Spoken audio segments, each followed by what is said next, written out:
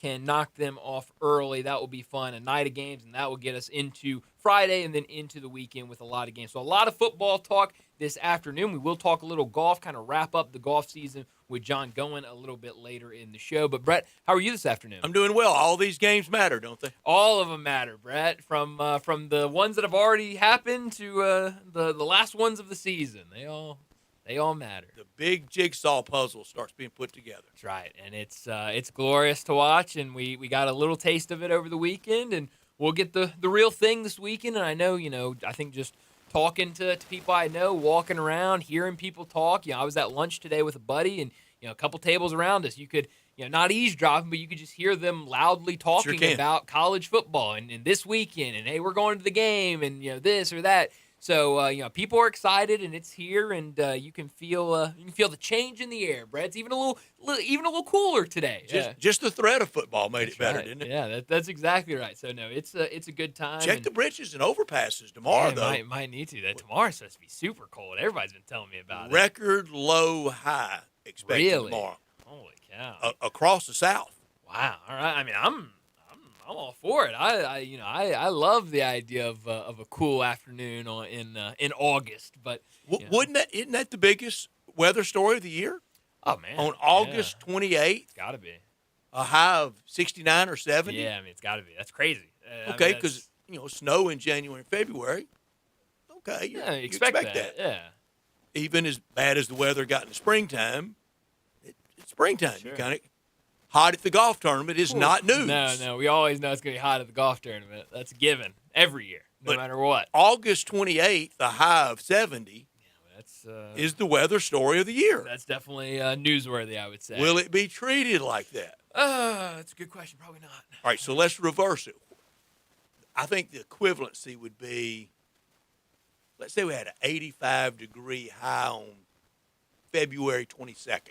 Well, how would that get treated? It would get treated like the end of time. Yeah, it'd be big time story. Yeah, but tomorrow's gonna be fun. I'm excited for it. I'm looking forward to some cool weather. Except I'm not much of the. I probably actually hate it because I'm not much for cold outside. Me either. I don't like it being cold. It's thrown me off already. Anything about 75 or and you under, can tell I slept with the window up. I was about to say I can hear it in your voice that we're already. How dumb was that? We're already in mid-season form, Brett. Yeah, that's classic Brett. But it really is, isn't it? Well, hey, it'll be nice tomorrow though. But I tell you, you think about under about 75 degrees, I'm a little too cold. I don't want it any lower than that. So tomorrow might give me some fits. I don't know.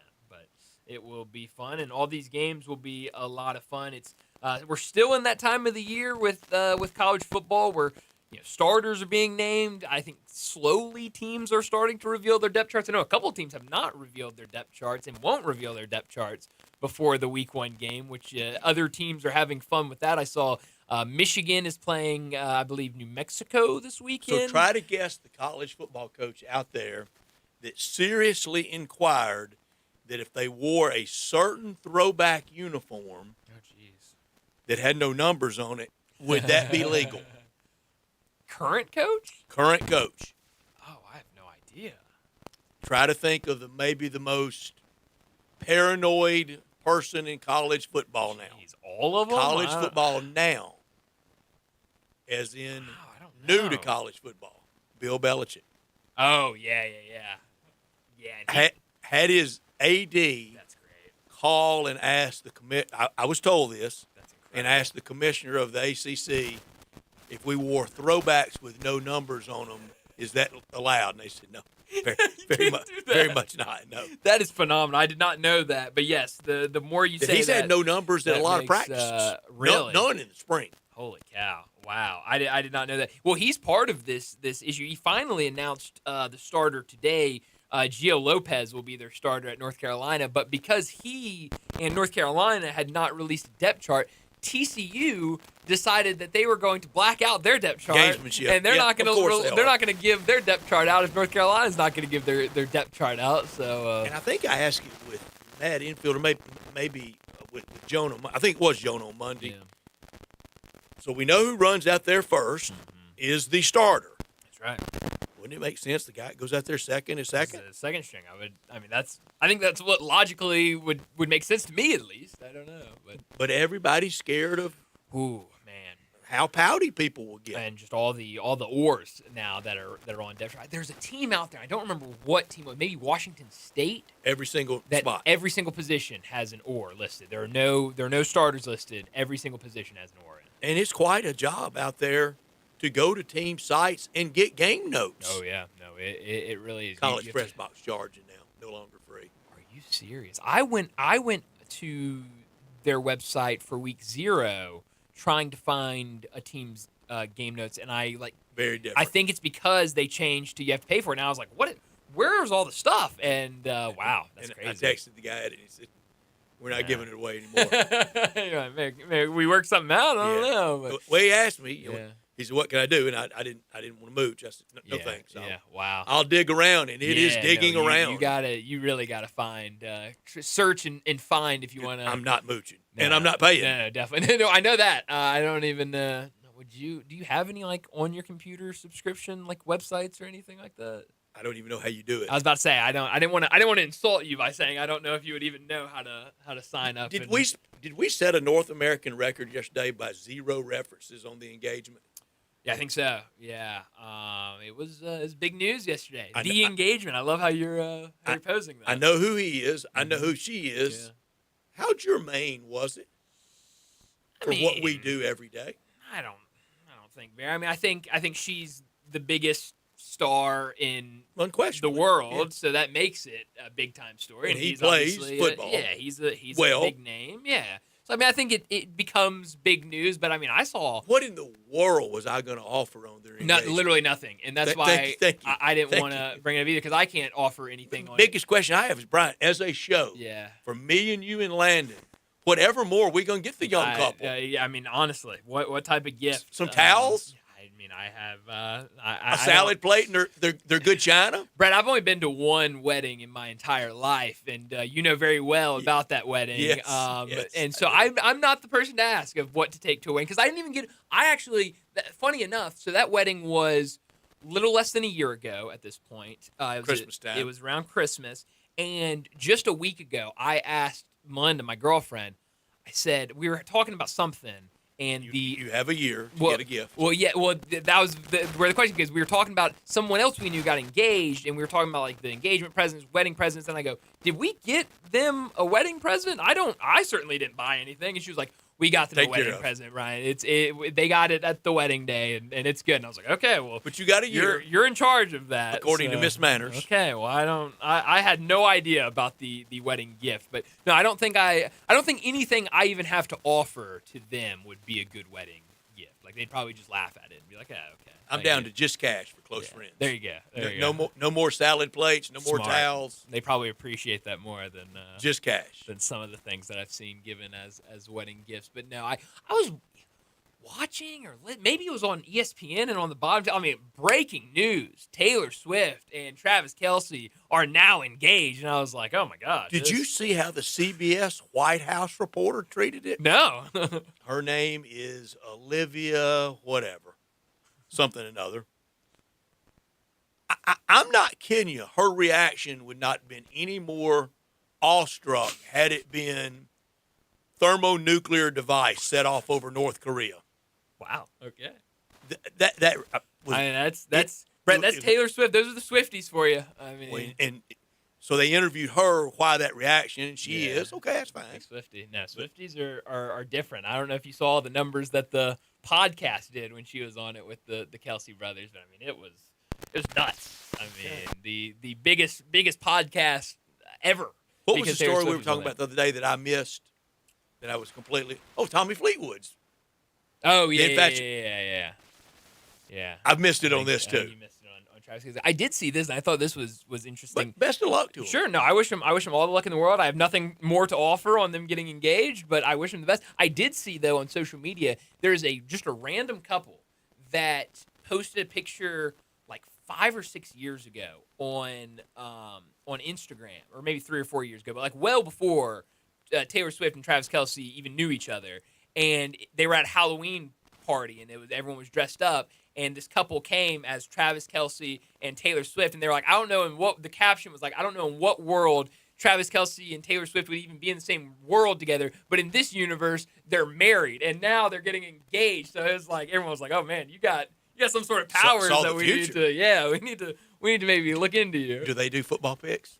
That's great. Great point. I need to DM him or something and try to get some picks for him for the weekend because here in a couple days, Friday, we're going to get to our Friday football forecast, and I am very excited about that. We're gonna have, of course, Alan Bell That's at right. 3:30. We're gonna have Bruce Marshall at 4 at 4:40 every Friday. We're gonna have Brad Bellamy from Landers Ford. He will join us, and we'll have Landers Locks. He'll do some picks with us, and we'll talk about the exciting things they're doing at Landers Ford. And at 5:30 every Friday, First National Bank and Trust Friday football forecast for the 6th year, 7th year. Yeah, At least right. that. Yeah, We'll do that Friday. We'll have our picks. I'm excited. Aren't you reigning champion? You have a banner? I'd have to see if the banner's still hanging. I think I am the reigning Speaking of champion. banners, I don't know. Well, we hang one today. Banner season, I guess. I don't know. I did not bring anything to celebrate. I was going to bring something to celebrate Harder gift to buy. my win. Hard one.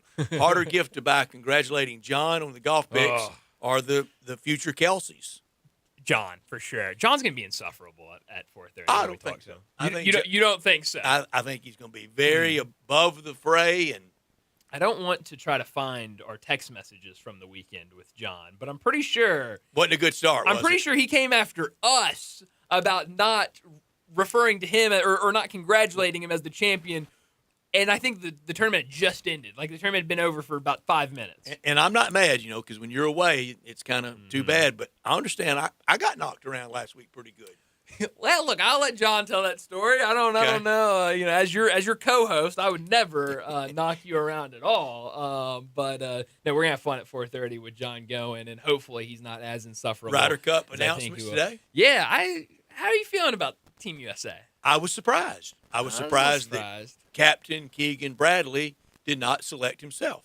Yeah, that's kind of was a lock 4th of July. Man, and that's been the story of the golf year is the fact that it went from Keegan Bradley, you better be a playing captain at the Ryder Cup, to maybe you should just be captain. And it was just, a month and a half that it went from you better be playing to maybe you should just be captain. He didn't have many great tournaments down the stretch. He did last week in Atlanta. No, he was Memphis really and Owings Mills was not. No, it wasn't. So I was a little surprised, but it kind of felt like it was trending more into that direction.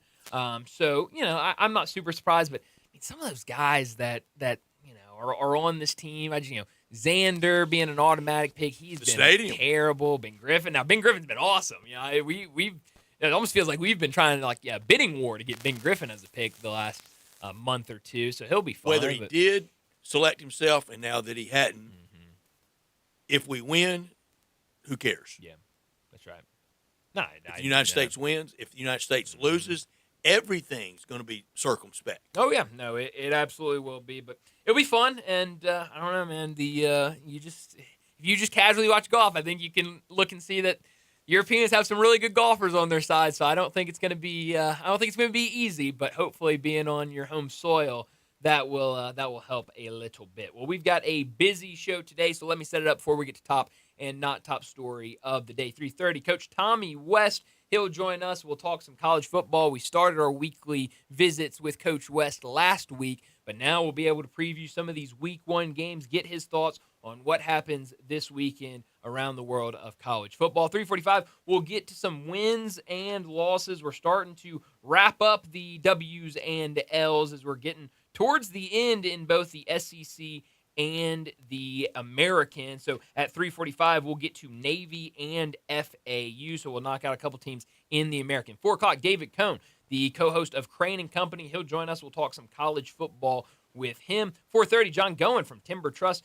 We'll talk golf and won't be making any picks. We will be crowning John Goen as the champion golfer of the year. Champion golfer of the year. John Goen will also crown Brett as the amateur champion. Thank you, Brian. For picks. I will attempt to claim a title, and then Landon, Rookie of the Year. So way to go, Landon. Trophies going around this afternoon when we talk to John Goen. 4:45, big number of the day. 5 o'clock, Vince Ferrara from WNML. up in Knoxville. He'll join us. We'll talk all things Vols as they've got a fun one this weekend against Syracuse. Joey Aguilar has officially been named the starting quarterback. So a lot to get to with Vince at 5 o'clock. 5:30, we'll get to some more W's and L's. This time, we'll go over to the SEC. We'll get to Florida. We'll get to Arkansas. And then we'll get to the newest members of the SEC, Texas and OU. We'll knock those teams out at 5:30. Then at 5:45, we'll wrap up today's show like we always do with Moe's Crunch Time.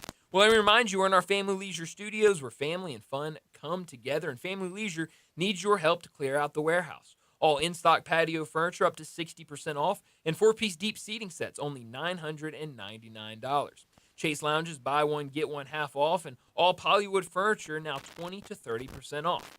Head out there, get that outdoor dining table, and get a free umbrella with purchase. Don't forget about special financing. It's available, but only at Family Leisure, 2120 Whitten Road, just north of I-40. We are Sportstime. We're with you till 6 o'clock. We'd like for you to text or call us at 901-360-8255. That's at the Sissy's Log Cabin text and talk line. All our guests will appear with us on the Sissy's Log Cabin guest line at 901-360-8255. Our producer is Landon Schmidt. He's Bryant. I'm Brett. We make up Sports Time, and this hour brought to you. Thank you to Family Leisure. We're always in the Family Leisure Studios. In this hour, every day brought to you by Lexus of Memphis at 2600 Ridgeway and online at lexusofmemphis.com. Great offers on all 2025 models and always special leasing options. Drive in luxury and confidence knowing that every new Lexus comes with complimentary first and second maintenance services. Call them at 901-334-9673. But they invite you to stop by the only Lexus dealership in Memphis at 2600 Ridgeway, and that's where you can put yourself in the driver's seat of the all-new 2025 flagship LS500, and you'll be looking and you'll be driving in style. When you purchase a Lexus, you get top-of-the-line engineering and design, and they make for the safe luxury driving experience. Online at lexusofmemphis.com. Experience amazing at Lexus of Memphis. Top story of the day. Well, my top story of the day, we've already talked about him a little bit. Bill Belichick getting ready to start in his first game as the North Carolina head coach. It will be later in the weekend, but it will be a fun start, and a start that all eyes will be on. Everybody will be watching to see what does North Carolina look like in the first game under Bill Belichick. It's been a off-season that I'm sure a lot of people at North Carolina would like to forget, would like to put in the rearview mirror and move on to what he was actually hired to do, and that is to coach the football team. We know how great of a coach he is. He showed that in the NFL. We'll see if he can show that in the college ranks as well. Get all the off-the-field stuff with his girlfriend. I saw today they had a couple trademarks that they filed for the for his brand, I guess you could say. But maybe get that in the rearview mirror and let's talk some football. He named his starting quarterback Gio Lopez, the transfer from South Alabama. Does he have a number? That's the question. And now I'm seeing some pictures, Brett, and seeing that none of the players seemingly have any numbers on their jerseys, which is hilarious. I did not even know that was a story, but that is hilarious. But we'll see what this team looks like under Bill Belichick. But also the news coming out a couple days ago, we talked about in the offseason that North Carolina and Bill Belichick decided that they wanted to have some sort of HBO college version of Hard Knocks following the program. Well, that fell through, but now it looks like North Carolina football will have a docu-series coming to Hulu this fall that will follow the North Carolina football team. So we know that there's already going to be a lot of eyes on this North Carolina program being Bill Belichick, the head coach, but now it feels like more eyes going to be on it with Hulu and cameras around, and we'll see how this team can react to that and what it looks like with Bill Belichick as a head coach. But that will be, it feels like it's not as big of a story right now because we have all the big games on Saturday and everybody's looking forward to the Texas and Ohio State, Clemson and LSU. But that will be a big story that we will be talking about a ton next week, win or loss. First year college head coach, Bill Belichick. Crazy. It's nuts. Greatest coach in history of the NFL. That's right. My top story, he did it.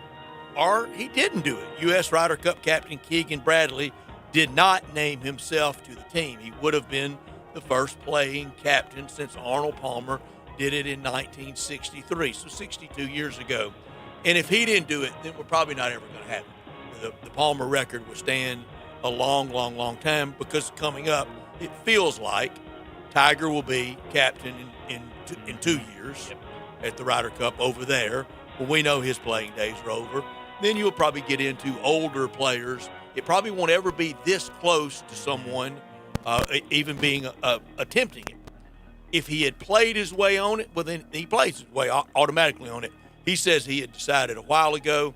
I don't think he wanted to have that kind of heat, but he named Sam Burns, Patrick Cantlay, Ben Griffin, Colin Morikawa, Justin Thomas, and Cameron Young. Of those players, only Morikawa and Justin Thomas major winners. Sam Burns can have Sunday troubles. Yeah. Patrick Cantlay, when the pressure's on, can have trouble. This year, Cameron Young wins for the first time at the Wyndham. I thought I loved this team at one time. I don't know if I do now. That's what I'm saying. You look at this team, and I have concerns about it. I don't love it.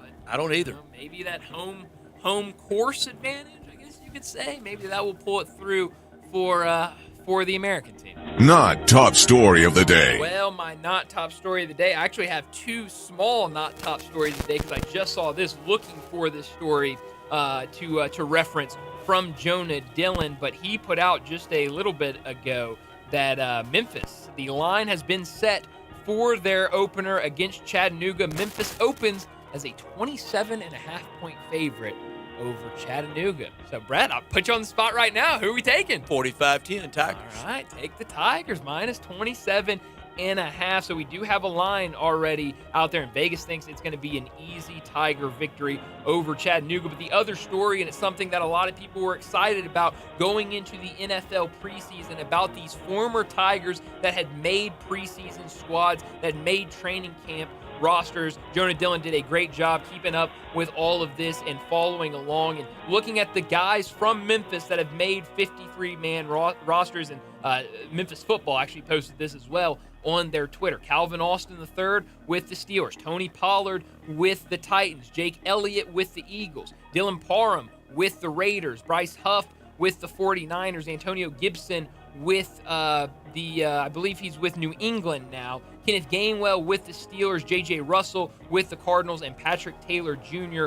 with the 49ers. Now, I did not mention Seth Hennigan in there. He did not make the active roster, but he will be quarterback number 3. They're only going to carry 2 quarterbacks on their roster, and so that means Seth Hennigan will be on their practice squad, so a good start for him. Anthony Miller, absolutely, is Anthony Miller and Chandler Martin. They also made the Baltimore Ravens practice squad, so definitely some opportunities there for some guys that didn't make active rosters, and we'll see if they can fight their way and find their way onto the active roster later in the season. My not top story, about 25 hours, 7 minutes away from the college football palooza that starts tomorrow at 4:30 with the hostage takers of college football, Boise State going to South Florida. Go Bulls. Nebraska at Cincinnati tomorrow night. That's a good game. Yeah. Cincinnati, old conference mates with the Tigers. Friday with 2 really good games, Auburn at Baylor and Georgia Tech at Coach Prime. Then Saturday's historic slate. Sunday, of course, Lenoris God Sellers playing on Sunday. Would it be any other time for him to play? Absolutely not. That's when he does his work, is on Sunday. And we got Notre Dame going to the U. We talked about it. Rookie to college football. Bill Belichick on Monday night. They play, run, clock, run. Hurry up and get here for 25 hours. Oh, yeah. No, I'm excited for it. And like you said, it's all going to start tomorrow afternoon with the South Florida and Boise State. Well, that'll do it for top and not top story of the day. Let's go ahead and get to our first break. And when we return, we're talking college football with Coach Tommy West. Add a little fun to your lunch break. Join Johnny Radio for Sports 56 Happy Hour from 11 to 1 every weekday on Sports 56 and 98.5 FM. I'm Gary York. I'm the service director at Lexus of Memphis. Our service department wants to be more than just a place where you get your oil changed. We do glass repair, windshield replacement, recalibration of your camera and sonar systems, even wheel repair, tire replacement, all the things you would expect from a luxury automotive dealer. Please check out our website. You can schedule your appointment, check out our specials, hours of operation, or if you'd like to do it in person, please reach out to one of our associates at 901-271-5199. Sometimes the best solution is breakfast. A fresh, tasty, made-to-order breakfast from Sunrise. It doesn't matter what challenges you are facing. A visit to either Sunrise on Jefferson or Sunrise East on Poplar is almost certainly going to make that burden just a little bit lighter. Think about it. Your mood will always be improved by chowing down on some perfect eggs with Sunrise's signature square biscuits. And it's important to note that both Sunrise locations also sport full bars. So whatever life is throwing at you, a belly full of Sunrise washed down with a Bloody Mary is bound to make it better. Life is always better with Sunrise. When life crashes into you, literally, NST Law doesn't just show up with a briefcase. They show up with heart. They sit with families after devastating wrecks, look them in the eye, and say, "We've got you." No scripts, no legal jargon, just real people fighting for real justice. If someone turned your life upside down, NST helps you stand back up. They've been doing this for over 35 years and have won billions for their clients. NST is the way to go. Call 683-7000 or go to nstlaw.com. Mid-South, it's time to put a new Volkswagen in your driveway, and we Gossett covered at Gossett Volkswagen on the Pike. 2025 Taos S, we Gossett now $258 a month. How about 2025 Jetta S, we Gossett $254 a month. And right now, 2025 Atlas Cross Sport SE, we Gossett $286 a month. Plus all 2025 Atlas Peak Editions, $5,000 off MSRP. That's right, $5,000 off all 2025 Atlas Peak Editions. So let Gossett Volkswagen on the Pike put a new Volkswagen in your driveway today. Hurry to Gossett Volkswagen, 1875 Covington Pike, or shop online at GossettVWMemphis.com, where we're charging forward and charging less every day. If you want it, we Gossett at Gossett Volkswagen. Taos SMO 58602, MSRP 27011, Jetta SMO 85183, MSRP 24150, Cross CSC 228 MSRP 39206. Includes all rebates and incentives. Must finance through Volkswagen Credit. Excludes tax title and license with approved credit. Dealer stock only. See dealer for complete details. Offer valid through 8/31/25. Sports 56 traffic. Good afternoon, T-Dot. Still out here trying to finish up a couple of wrecks we had earlier. Here's what we're seeing: heavier traffic going outbound on Sam Cooper there in a couple of sections. As you work your way past Perkins Road, we've had to deal with radar already out here on I-40 as you leave Shelby County out into Fayette County. Could see a lot of radar over the next 24, 48 hours. Hey, make a difference by adopting a pet at the Humane Society of Memphis, Shelby County. Check out the animals that are up for adoption right now by logging on to memphishumane.org. I'm Commander Chuck with your on-time traffic.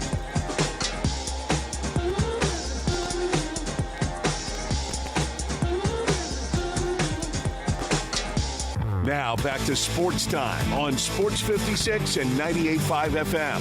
This hour is brought to you by Lexus of Memphis. Here are your hosts, Brett Stats Norsworthy and Bryant Dacus.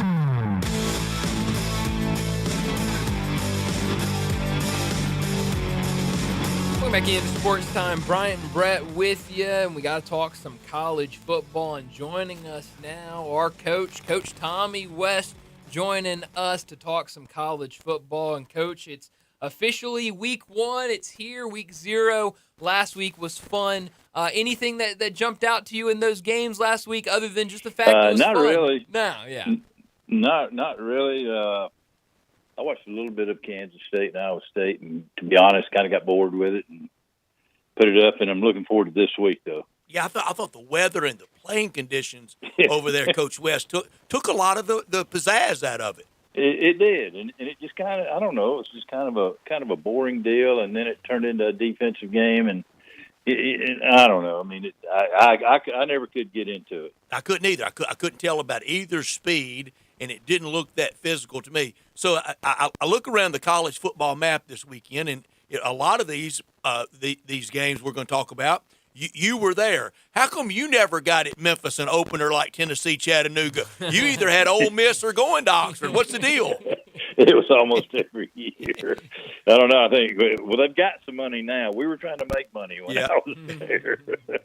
Yeah, and I remember in 2008 you were down in Oxford, and you looked up at the then new Jumbotron, and you said, "I'll take what they just tore down." Yeah, absolutely would have. Absolutely. Yeah. Oh, so for the Tigers, what are you going to be looking for with this Tigers team? A lot of new pieces. What should we kind of be trying to look for when kind of Brett mentions this is a team, an FCS opponent in Chattanooga? We were just talking about it. The line opened up at 27.5 as Memphis being the favorite. What should we be trying to look for in terms of the Tigers in Game 1?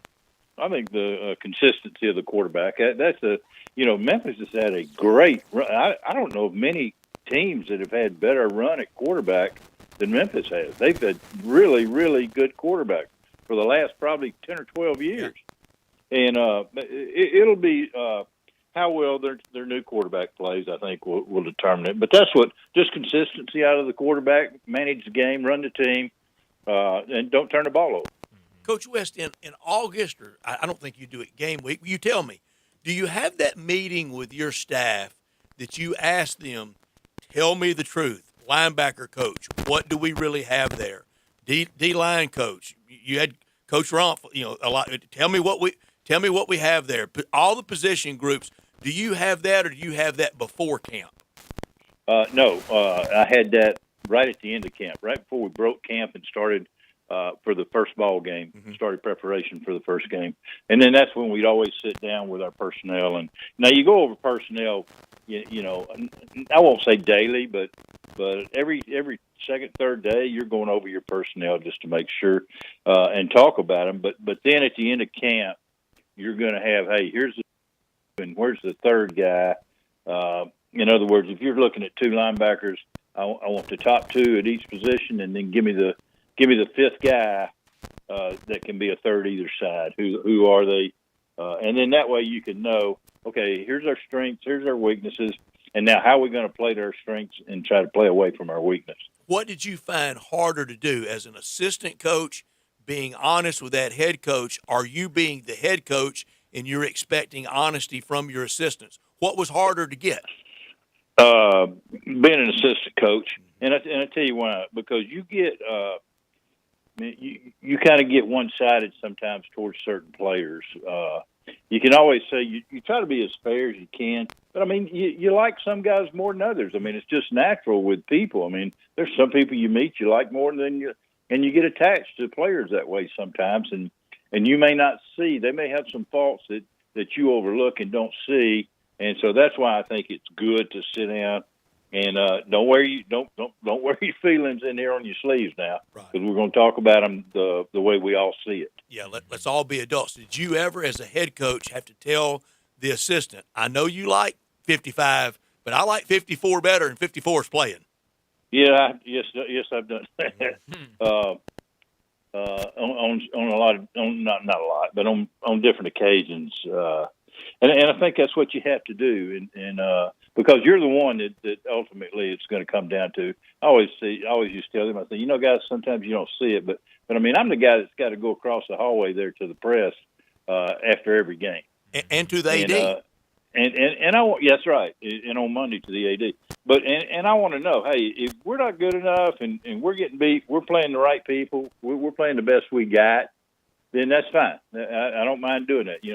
They were better than us, and they beat us. So, but I want to be able to walk in that room and know that we're playing the people that I think are the best players. You've got so many friends and so many relationships across all of college football. Like Sunday afternoon, how will you watch the South Carolina-Virginia Tech game? Because I know you know a lot of people on the South Carolina side, and you were once in the Clemson-South Carolina rivalry, but I know you know and very fond of Brent Pry, the head coach of Virginia Tech. I am. I'll watch it. Now, Brent and I were close, and I'll probably pull for Brent, especially, a lot of times I catch myself pulling because I do know people on both sides, but I'll be pulling for the guy that's under fire a little bit. Yeah. Because, I mean, we've all been there. Stay in it long enough, you're going to be there. And I know how that is. And I know how big a win after losing to Vandy in the opening game last year. I know how big a win that could be for Brent. So, you kind of pull for your guy that's a little bit behind the eight ball. Yeah, and then you got no time, no patience in that Clemson job. They open up against LSU at home. The pressure of that job, even for a two-time national championship coach. The idea of starting 0-1 at Clemson, that's got to be really foreign. There's pressure for Brian Kelly and Dabo in that game, isn't it? Absolutely. Boy, I've looked at that game a lot. I really think that game makes a lot of sense for Clemson because if they can win that game, then boy, that really puts them in the driver's seat. They're not going to lose probably in the ACC. It looks like to me their toughest game will be at Louisville, maybe in the league, but they should outclass the rest of that league. I don't think they play Miami. Now LSU, they got to come back and play an SEC schedule. On theirs now they'll have Alabama and they'll have Ole Miss. Yeah, Florida in 2 weeks. Yeah, I mean they got people. So that's a tough start for LSU. If you can win it, fine. But if you can't, you lose that game at LSU. Now you probably got a loss or two in the league,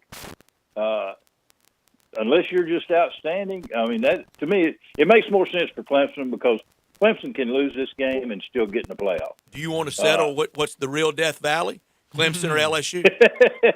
Or would you like to stay out of that one? I'll stay out of that one. I don't know. I mean, I don't even know when it all started. Clemson was they had it first. Yeah, I know they're awful proud of their traditions, and I'll say this: Clemson. I'm a traditionalist in football, and they've got some of the great traditions. They really do. Game, you talked about some of those coaches and how much a win in game one would mean to them. Kind of both sides with Alabama and Florida State already. Some Alabama fans starting to get a little uncomfortable. Florida State, after what last season was, Mike Norvell would love to get a win in his first game. How do you expect this one to play out? I don't. It would really shock me, to see Florida State make that kind of improvement in a year. Although they made that kind of, I don't know what the word would be, but they went the other way last year that much, going from what they win the year before. They lost in the Orange. They might have gone 10-1. One loss, and then to 2 wins last year. So, but I don't see that. And I think Alabama is really good personnel-wise. I think when I break down the SEC and I look at them, I think they're probably as good or better than anybody in the offensive line and the defensive line, and with depth. So, like we talked about last week, a lot of this is in the SEC is going to be whose quarterback comes through and plays because there's so many new ones. But Alabama and Georgia both are really good in the line of scrimmage, both sides of the ball. Where I don't think LSU is probably not quite as strong as they are. So of those top dogs, I think Georgia, Alabama is probably the most talented. Everybody wants to talk about Texas right now, but I mean, hey, Texas lost a lot of players offensively. I know Sarkisian's a really, really good offensive guy, but I think he's got his work cut out for him playing new guys on the offense. What would scare you the most about Texas? The first time for a starter on the road in Arch Manning, or all those replacements in the offensive line? I think it would be all those replacements. No doubt. I don't, man, that's hard now. Let's see, what was it? I can remember. I can't remember the other guy, but North Carolina basketball one year, they had a great team that year. Then they lost 2 or 3 top choices, and they weren't very good the next year. I mean, it just you spend a lot of time. I do like guys that have got homegrown quarterbacks, meaning that they've brought them in. They've signed them.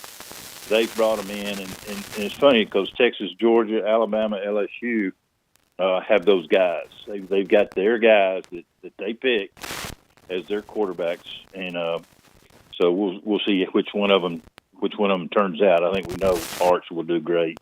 And Tennessee swapped quarterbacks with UCLA. Yeah. And I'm not disappointed in that move either.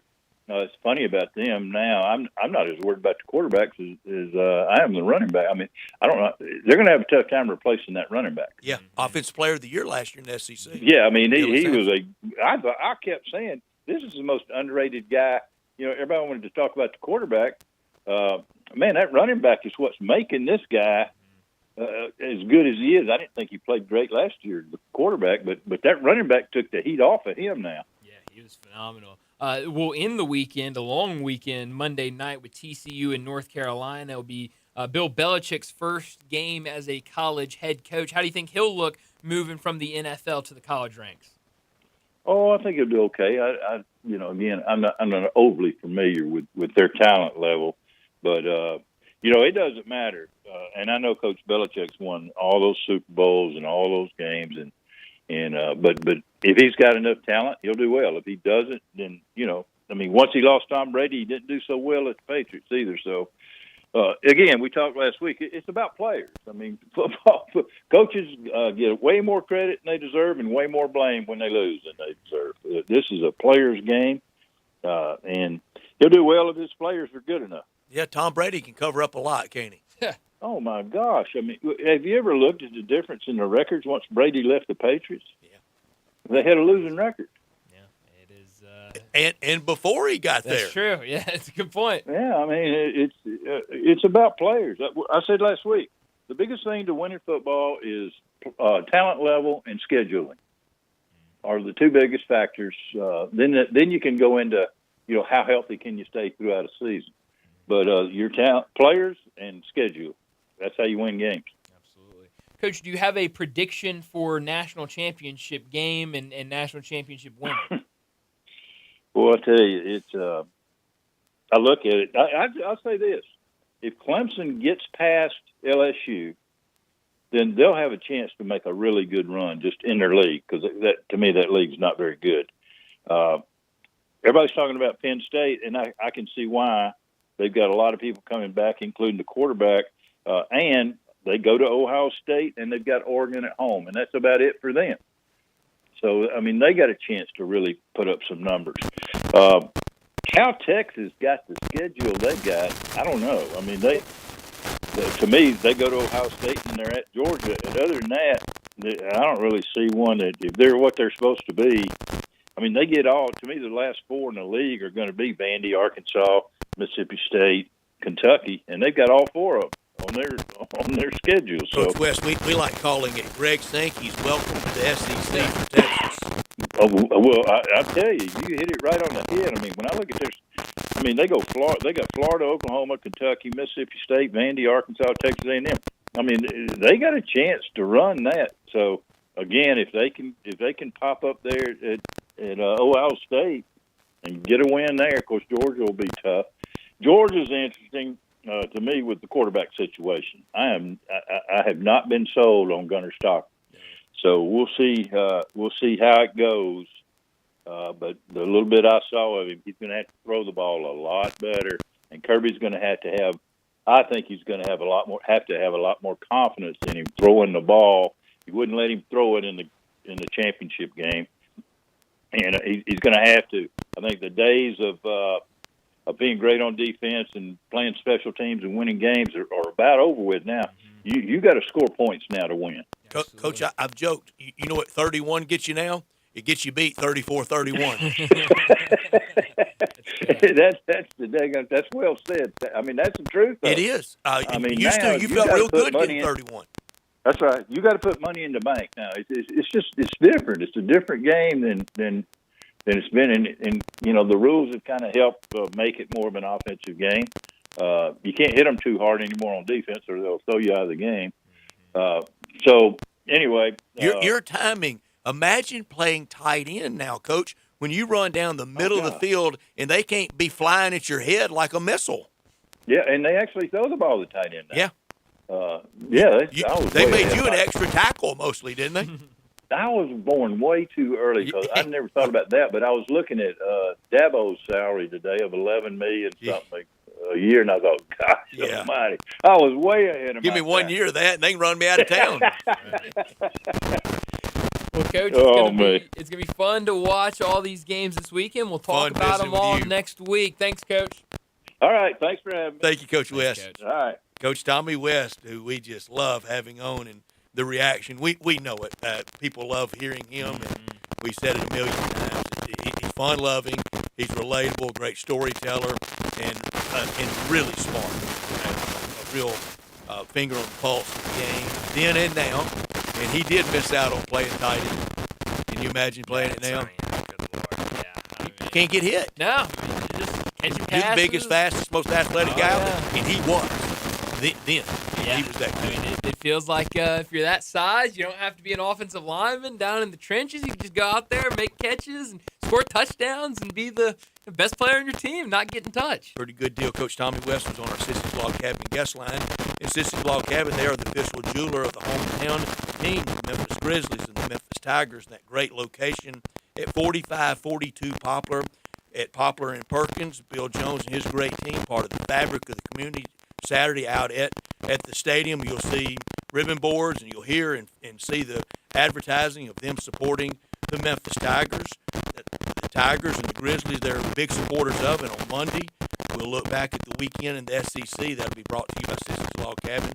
Every Monday at 4:30, the Mid-South's largest selection of one-of-a-kind jewelry, engagement rings, wedding bands, necklaces, earrings, 9,000 square foot in Laurelwood with expanded lines for Rolex, Cartier, diamonds, and more since 1970 with all the great locations across the Mid-South.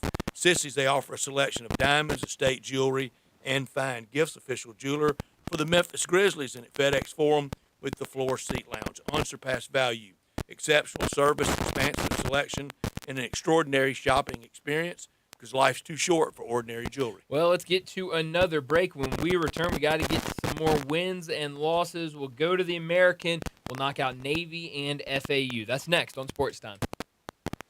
Sports 56 and 98.5 FM. Available locally on your radio dial as well as around the world online at sports56whbq.com. Take us with you everywhere by downloading the Sports 56 app. And at home, just say, Alexa, play Sports 56. Wherever you are, it's easy to stay tuned to Sports 56 and 98.5 FM. Everywhere I go, I take my laptop with me, and I happen to be coming through Memphis. We had a big show that night, and I just recorded a gem of a song on my laptop. And what do you know, the whole thing crashes. I lost this brand new song, and of course I didn't remember it because I was blackout drunk. So I heard about Cooper Systems. I took my computer over to Cooper Systems, and they were able to save everything. All the live footage, all the work I have done. I tell you, Lee and Lauren Cooper are the best at saving computers. So if your computer crashes, don't fret, my love. Go to Cooper Systems. You can find them on the web at coopersystems.com or call them at 360-9679. I tell you what, Lee, Lauren, and I are going to party like rockstar snotty because I owe them $1 million. But they don't charge $1 million there, mate. And you know what? They even have new and used computers there too. So if you need to get your little ladder computer, hop in there and get you a used computer. If you need to upgrade your Apple or get you a brand new HP or something along those lines, coopersystems.com. I tell you what, I'll be back in Memphis again. And when I do, I'll go see Lee and Lauren at Cooper Systems. Hi, it's the Herd. The last thing you want is to leave your family with stress, confusion, or legal problems after you're gone. That's why having a trust or a will is essential. It's the responsible thing to do to make sure your wishes are clearly understood and your loved ones aren't left dealing with unnecessary complications during a time of grief. Without a will, your assets might be distributed in ways you never intended. The people you care about most could be left out entirely. Probate's long and complicated, expensive, but it's avoidable with a trust, a simple trust in place. A trust or a will sets a clear plan for how you want your estate handled. With trustandwill.com, creating one is simple, affordable, and brings real peace of mind. I've got a plan in place, and knowing my family won't face added stress, it's a huge relief. Protect your legacy, protect your loved ones. Go to trustandwill.com today. Do the right thing for yourself and your family. Trustandwill.com, peace of mind starts with a plan. Trustandwill.com. Hello, is Tina there? Who's this? Yeah, this is Vince from the hit reality show Wives Don't Tell. Tina applied for our show to confess that her husband won't go to the doctor to get his erectile dysfunction checked. She said she's ready for a guy that can bring the heat. All right, what the hell is going on? You know you're talking to her husband right now? Tina! Well, she wrote the application that her man's performance is questionable. She's basically married to a coffee table. She also said, we live within driving distance to Memphis Men's Clinic, but he's scared to get a blood test. Oh my, she is done. She is so done. Got you, Mike. His nephew Tommy ain't no reality show. It's a prank. Memphis Men's Clinic is the real deal, fellas. Local experts. Test results in minutes. Call 901-390-4151 or hit memphismensclinic.com before your lady books a new co-star. Memphis Men's Clinic. Making it happen. You gotta get to Gossett Hyundai on the Pikes Hyundai Getaway Sales Event, cause it's time to save big. 2025 Hyundai Kona SEL, we Gossett now $245 a month with 3.99% available for 72 months. How about 2025 Hyundai Santa Fe 2.5T SC, $290 a month and 0% for 60 months available with 90 days no payment. And last but not least, 2025 Hyundai Tucson SC, we Gossett $333 a month plus protection with America's best 10-year, 100,000-mile powertrain limited warranty. So hurry to Gossett Hyundai 1870 Covington Pike or visit online anytime at HyundaiGossett.com. If you want it, we Gossett at Gossett Motor Cars. All 36-month lease, $10,000 per year, zero acquisition fee. Kona SEL SU323,897, MSRP 28,090. Santa Fe SH116, 383, MSRP 36,825. Tucson SH601, 128, MSRP 31,225. Plus finance to Hyundai includes all rebates and incentives. PF 895 excludes tax, title, and license. See dealer for complete details. Offer valid through end of the month with approved credit. Dealer stock only. Now back to Sports Time on Sports 56 and 98.5 FM. This hour is brought to you by Lexus of Memphis. Here are your hosts, Brett Stats Norsworthy and Bryant Dacus.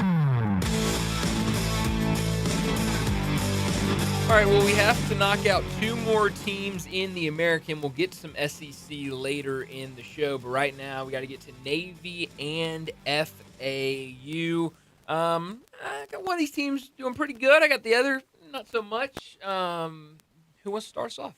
I'll start with Navy. Come on. I've got them 8-4 with a real great start over VMI UAB at home, on the road at Tulsa, open date, then win at home against Rice. That's 4-0 to start. Then they play Air Force at home, though. A loss, win at Temple, a win against FAU. That'll be Navy's homecoming. A win at North Texas, and then a loss to Notre Dame on the road in South Bend. A win over USF, and then that Thursday night game here in Memphis at the stadium, a loss to the Tigers, and then a loss to end the year against Army, 8-4 for the midshipmen. Landon? I'm pretty high on Navy this year. I have them going 10-2, 7-1. I have them winning all of their games and only losing to Notre Dame at Notre Dame. I have them getting that upset win against the Tigers at home. It hurt me to put that there, but I feel like that's the one that escapes us this year. And then I have them losing the Army-Navy game, finishing 10-2, 7-1. So I have them 10-2 as well, 7-1 in conference. But I do have them winning the Army-Navy game, and then I have them losing to Notre Dame, and I have them losing to the Tigers. And obviously we know how that goes with Memphis and Navy. It's always a close one, so that one is definitely up in the air. Well, a lot of people very bullish on Memphis. We had a lot last year. Yeah. I think it's just as many or more this year. This morning, both Greg and Eli 10-2 for the Tigers. Wow, I'm all for it. I'm all for it, but I don't know. It's like you said yesterday. It was yesterday or the day before you brought it up. Kind of maybe that year after. Maybe. It'd be great if it was this year for the Tigers. And the schedule, very, very conducive. Florida Atlantic, 6-6. Losses to Maryland, Memphis, Rice, South Florida, Navy, and Tulane. Wins over Florida A&M, Florida International, UAB, Tulsa, UConn, and East Carolina.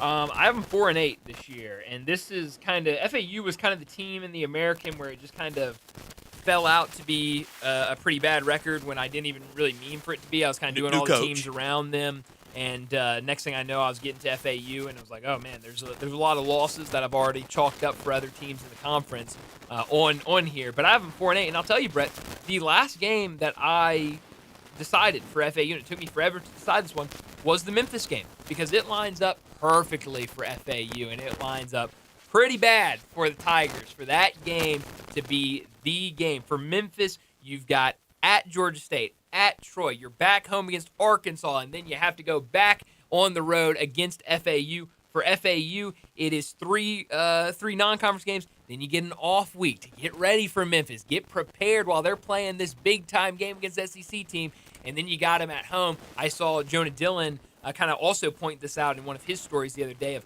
It's exactly what happened last year. Now, it was a road game for the Tigers against Florida State, but it was Florida State, and then that next week they beat Florida State, but then that next week they go up to Navy and lose that game. I don't think it's going to happen, but that's one that I circle on the Tigers' schedule as you got to be ready to go for that one. And what? Who wins? Oh, yes. I have Memphis winning that game. I'm sorry. I thought I said that at first. I let that get away from me. Left us on the edge of our seat there. 4-8. I'm sorry. Yes. No, 4-8, and it's a win there. Their only wins against FAMU, against Rice, against Tulsa, and against UConn. I like you, Brett. I have them going 6-6, 3-5 in conference play. They lose at Maryland. They beat Florida A&M, beat Florida International, lose to Memphis. They beat Rice, beat UAB, lose to USF, lose to Navy, beat Tulsa, lose to Tulane, beat UConn, and then end the year with a loss against East Carolina.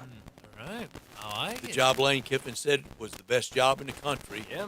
353 days a year. Well, it's just the 12 game days. It's not so good. That's right. Yes, but like you said, new coach in there, new quarterback. So we'll see what they can do if they can come in. Hey, if they get bowl eligible in his first year, I think that would be a huge year for FAU. We need to wrap up this first hour and get to another break. And when we return, we're going to talk some more college football. David Cohn, the co-host of Crane and Company, he joins us next.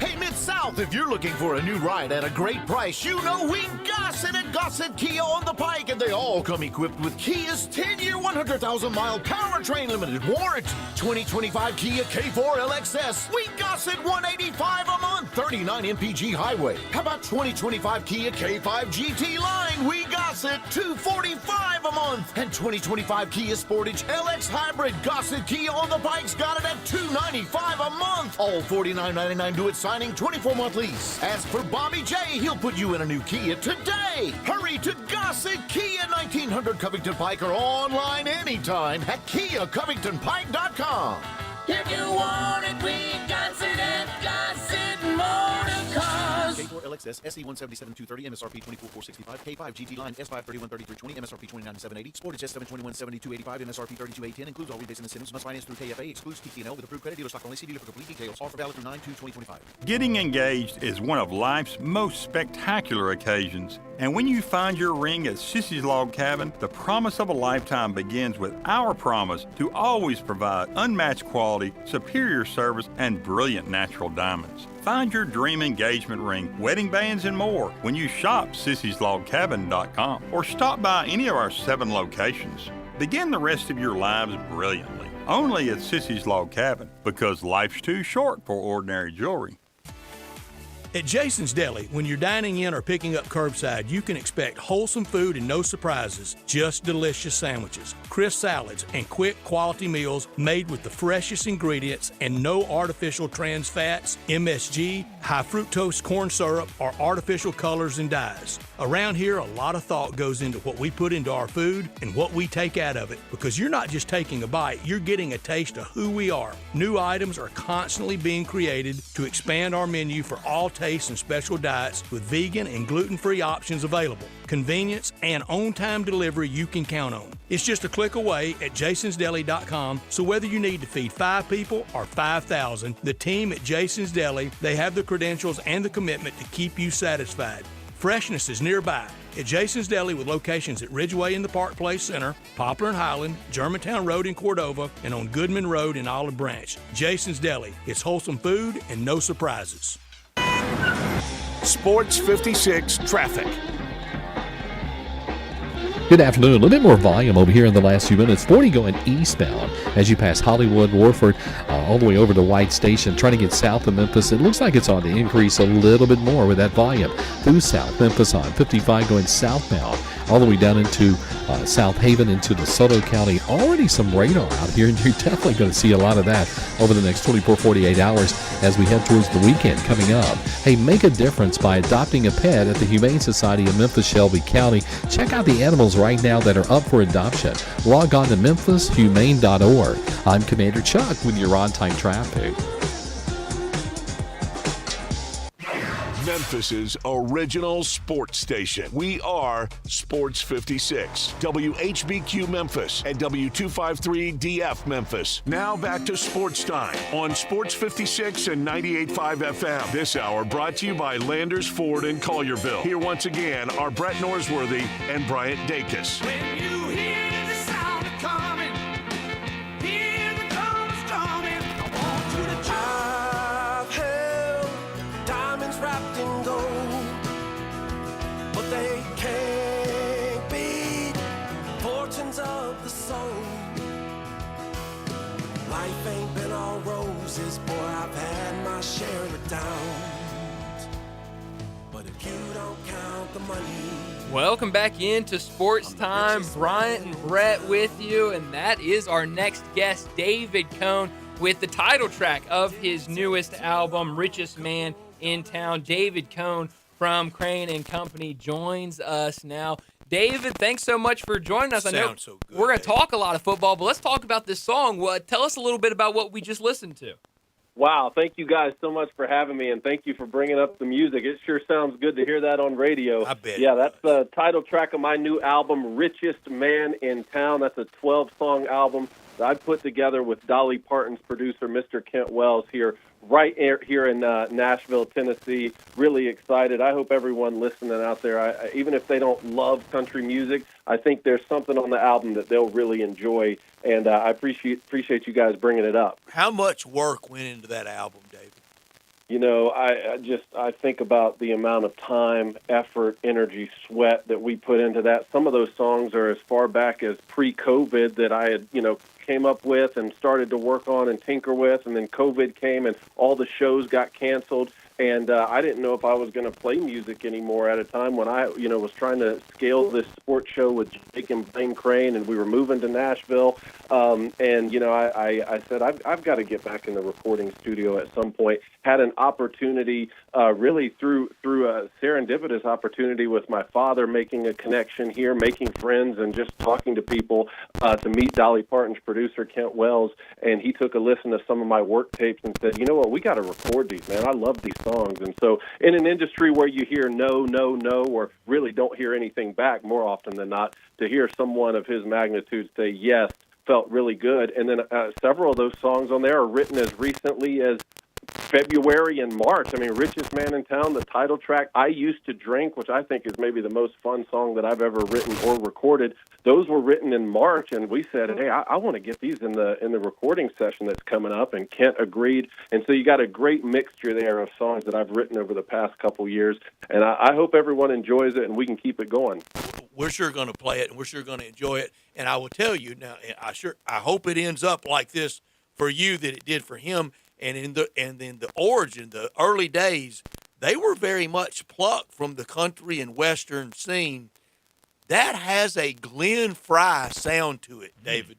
Well, thank you. That's such a great compliment because it's my music has not always been country music. Obviously, my father, I grew up listening to what my father loved, which was the Waylon Jennings and Hank Williams, Hank Jr., Marty Robbins, and certainly Elvis Presley, which I think is why it's come so full circle for me to hear that song on your station right there in Memphis, Tennessee, which is really the heart of a lot of this stuff, with Elvis Presley and Johnny Cash and those guys recording down there at Sun Studios. So all of that is part of my songwriting. But yeah, even apart from that, I phrase it as my music is steeped in the Americana tradition, and that certainly includes Southern rock. So if you like Creedence Clearwater, if you like Leonard Skinner, or as you're Molly saying, Hatchet.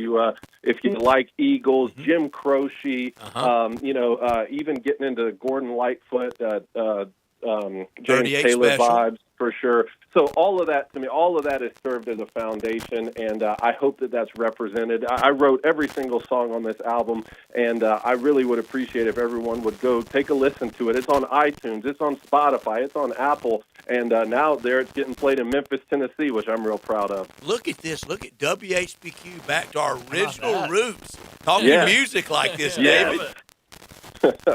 I could do it all day, man. I just was on the Will Kane show, and it's same as this, man. Will Kane wanted to talk college football. I had no idea he was going to bring the album up, much less start with it. We talked for 8 straight minutes about who would be on the Mount Rushmore of country music on the Will Kane show. So I'm really glad to know that the album has made this kind of impression across the country. Tell me this. I don't know him, but I watch, and I know his sports background. Will Kane seems to me, feels like the kind of guy that could have a deep conversation on any subject. Is that accurate? 100%. Like I said, he just blew me away with not only bringing up the album, but as soon as I started talking about my Mount Rushmore of country music and having Hank Williams, Johnny Cash, Waylon Jennings, Merle Haggard, he starts following up with Willie Nelson and George Strait. And he, what's the greatest country music song of all time? Is it Amarillo by Morning? Is it He Stopped Loving Her Today? Which, ironically enough, the harmonica being played on He Stopped Loving Her Today is country music Hall of Famer Charlie McCoy. And I was very fortunate to get Charlie McCoy to play harmonica on 2 of my songs on this record, Brothers and the one you just played, Richest Man in Town. David, you're going to make it. Are you going to remember us after you make it? Brother, I did. When these babies that I have here run up to me when I get home and they say, we want to hear Dad songs, I think I've already made it in many ways. You have. Awesome. Not only richest man, luckiest man. That's yes, good sir. stuff. Thank well, you. I know Will Kane asked about the Texas-Ohio State game. Oh, yes, he did. That's where we'll start. Yes, sir. Anything specific, or you just want me to start going? Yeah, let it rip. I tell you what, I'm so excited for this rematch of the college football playoff a year ago. And, there's just so much that could be said. I know Arch Manning is going to be the guy who gets talked about the most, and as he should, when you come from that sort of lineage. I think my co-host Blaine Crane said it this week. Archie Manning was a dog. Peyton Manning was a dog. Eli Manning was a dog. Even if Eli's bringing up the rear in that trio, he's still 2-time Super Bowl winning and number 1 overall pick. So Arch obviously has a big legacy to live up to, but there's a reason that he's the starting quarterback for the Longhorns, and what an opportunity to go on the road to play the defending national champs in the Horseshoe. I've played in that stadium, guys. I'm just telling you, man, that's as tough as an environment as it gets. To face a team that knocked you out of the college football playoff a year ago, a couple other things I find really interesting are Buckeyes replacing 2 coordinators, right? And that's a big deal when Brian Hartline's going to step up and replace Chip Kelly, and then you got Matt Patricia going to replace Jim Knowles.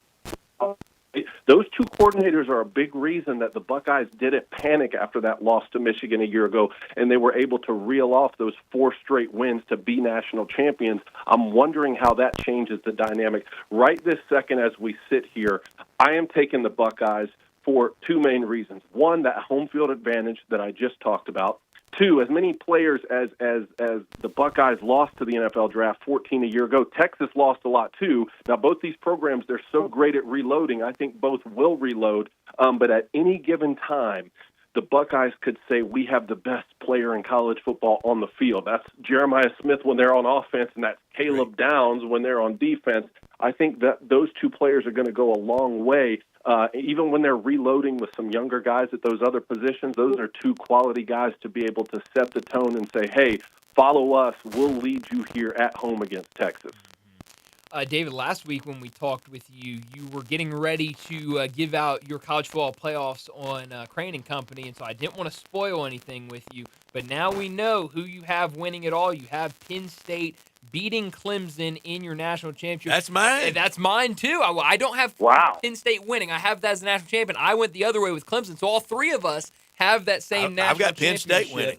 Yeah, so you're both right there with I think each it's other. James Franklin's turn and time. Feels like it should be. Yeah.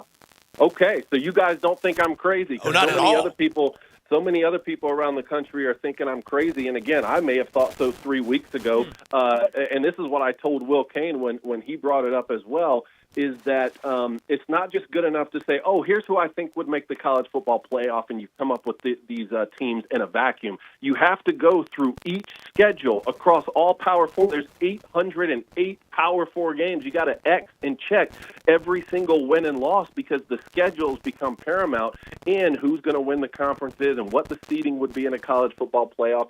And it becomes a simple math equation for me as we start to talk about, I think in college football, the champion is typically going to be who has the best roster, who can stay healthy for the longest point of time in the season. Now, there's some really great rosters across this country, okay? When you start to talk about Georgia and Alabama and Texas and Ohio State and Notre Dame and Clemson and Penn State, but all those teams that I just mentioned, only those last two have returning quarterbacks. And look, I think you could throw LSU in there too. LSU has a really good roster with Garrett Nussmeier returning, and he's a 4,000-yard passer, and they're going to have every opportunity this week on the road to showcase themselves in a positive light against Clemson. But when I look at Clemson and I look at Penn State, two great rosters, all right, going to be littered with first-round picks getting their names called next April, and returning quarterbacks.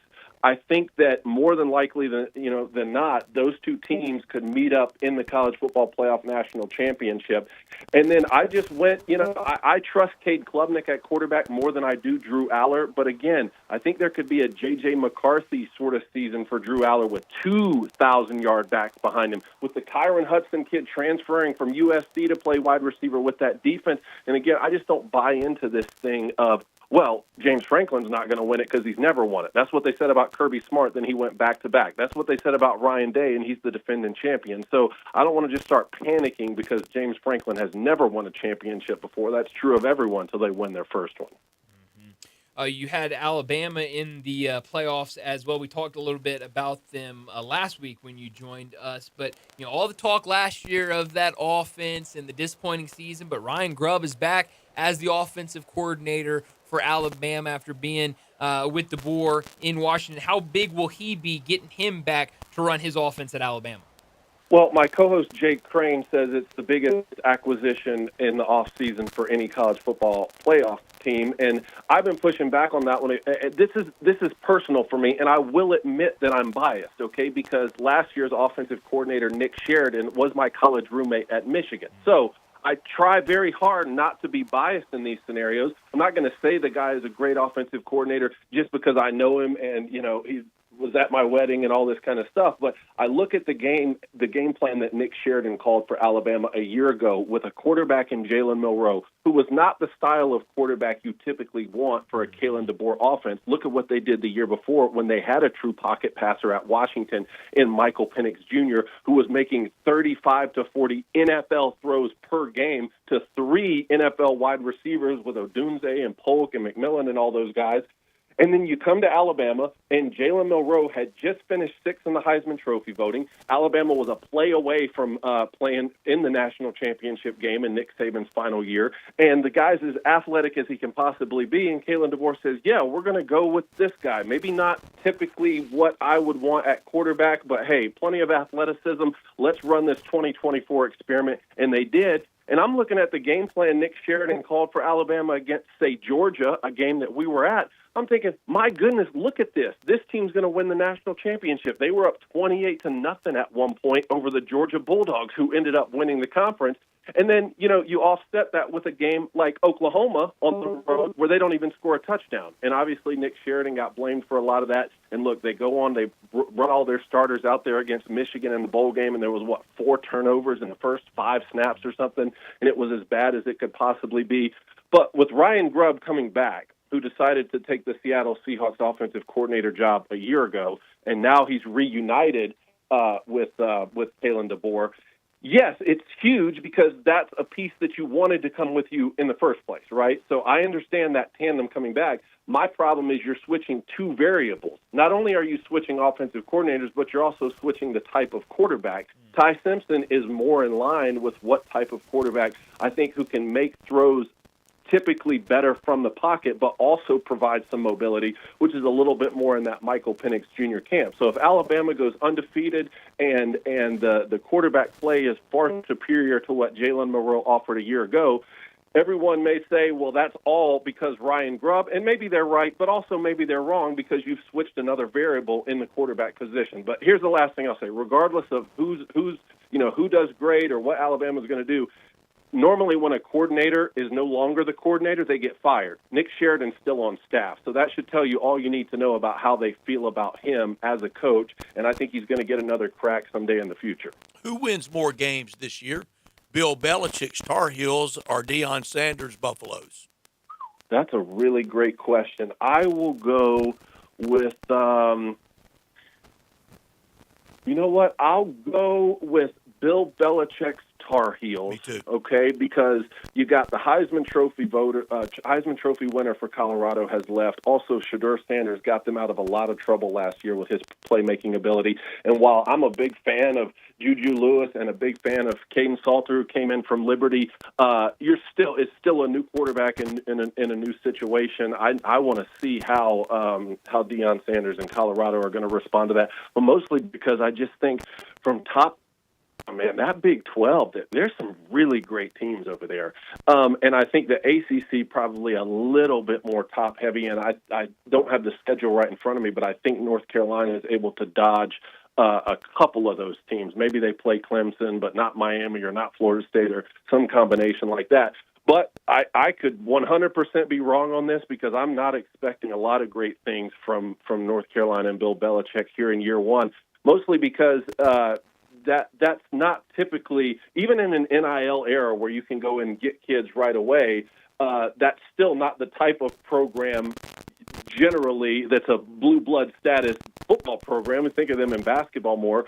But how committed is Bill Belichick to winning this season in college? Does he really want to be in the NFL? Are there distractions with the girlfriend? Is that not a thing? But then at the same time, he's won 8 Super Bowls, right, as a head coach and as a defensive coordinator for Parcells. So I really don't know what to expect from North Carolina. Okay with that. Either, neither, or both. Bill Belichick, Deion Sanders back for opening day 2026. I'll say neither. I like it. That's strong. I'll say, well, and again, look, I'm already on record for saying that Deion Sanders wouldn't coach long after his sons left, and people. Just different. I said he was a daddy coach, much like you have a father who goes out to coach his son when he coaches Little League, but not before or not after. And people criticized me for that criticism, and I said, well, I don't understand why. I think it's a great compliment. Deion Sanders is doing what a lot of fathers do in Pop Warner, but he's doing that at a really high level. He wants to coach his son, I love not that your he son. takes so much interest in his sons that he wants to coach them and has the gravitas to be able to do it in college. Like, how great is that? And then with Bill Belichick, I mean, I think for both of these guys, if they had an NFL offer this offseason, they would have taken it, right? So, and that's always going to be a possibility with Bill Belichick, with one, what he accomplished in the league, and two, just how much turnover there is year in and year out with head coaches in the NFL, and a lot of those organizations would take a crack at someone like Bill Belichick. Another big game this weekend, Notre Dame at Miami, a Sunday night game on ABC. How do you expect this one to play out? Yeah, this one again is really interesting because of that inexperienced quarterback that we're talking about. I threw Notre Dame in that same camp as Georgia, Alabama, Texas, Ohio State, right? Really solid rosters. We don't know much about the quarterback position. Now, we do know that C.J. Carr has officially won this job for Notre Dame at the quarterback position, and I played for his grandfather, Lloyd Carr, at the University of Michigan. A great guy, a great coach, but he's going to start off week one at Miami. That's a tall task up against someone with a lot of playing experience in Carson Beck. Despite that, I am taking Notre Dame money line on the road. I just think that Jeremiah Love's one of the best backs in the country. I think that's one of the best wide receiving cores in the country. You bring back Faison, you bring back Greathouse. They got another transfer in at wide receiver, I believe, from Virginia.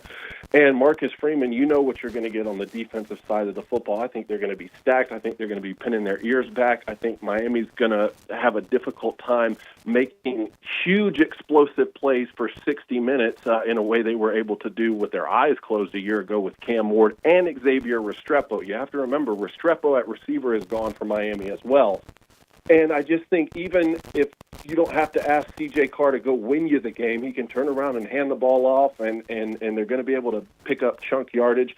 I'd love for Miami to prove me wrong. That would be very exciting. I mean, y'all keep in mind, Miami's never won the ACC. How crazy is that? Remember those dominant early 2000s years?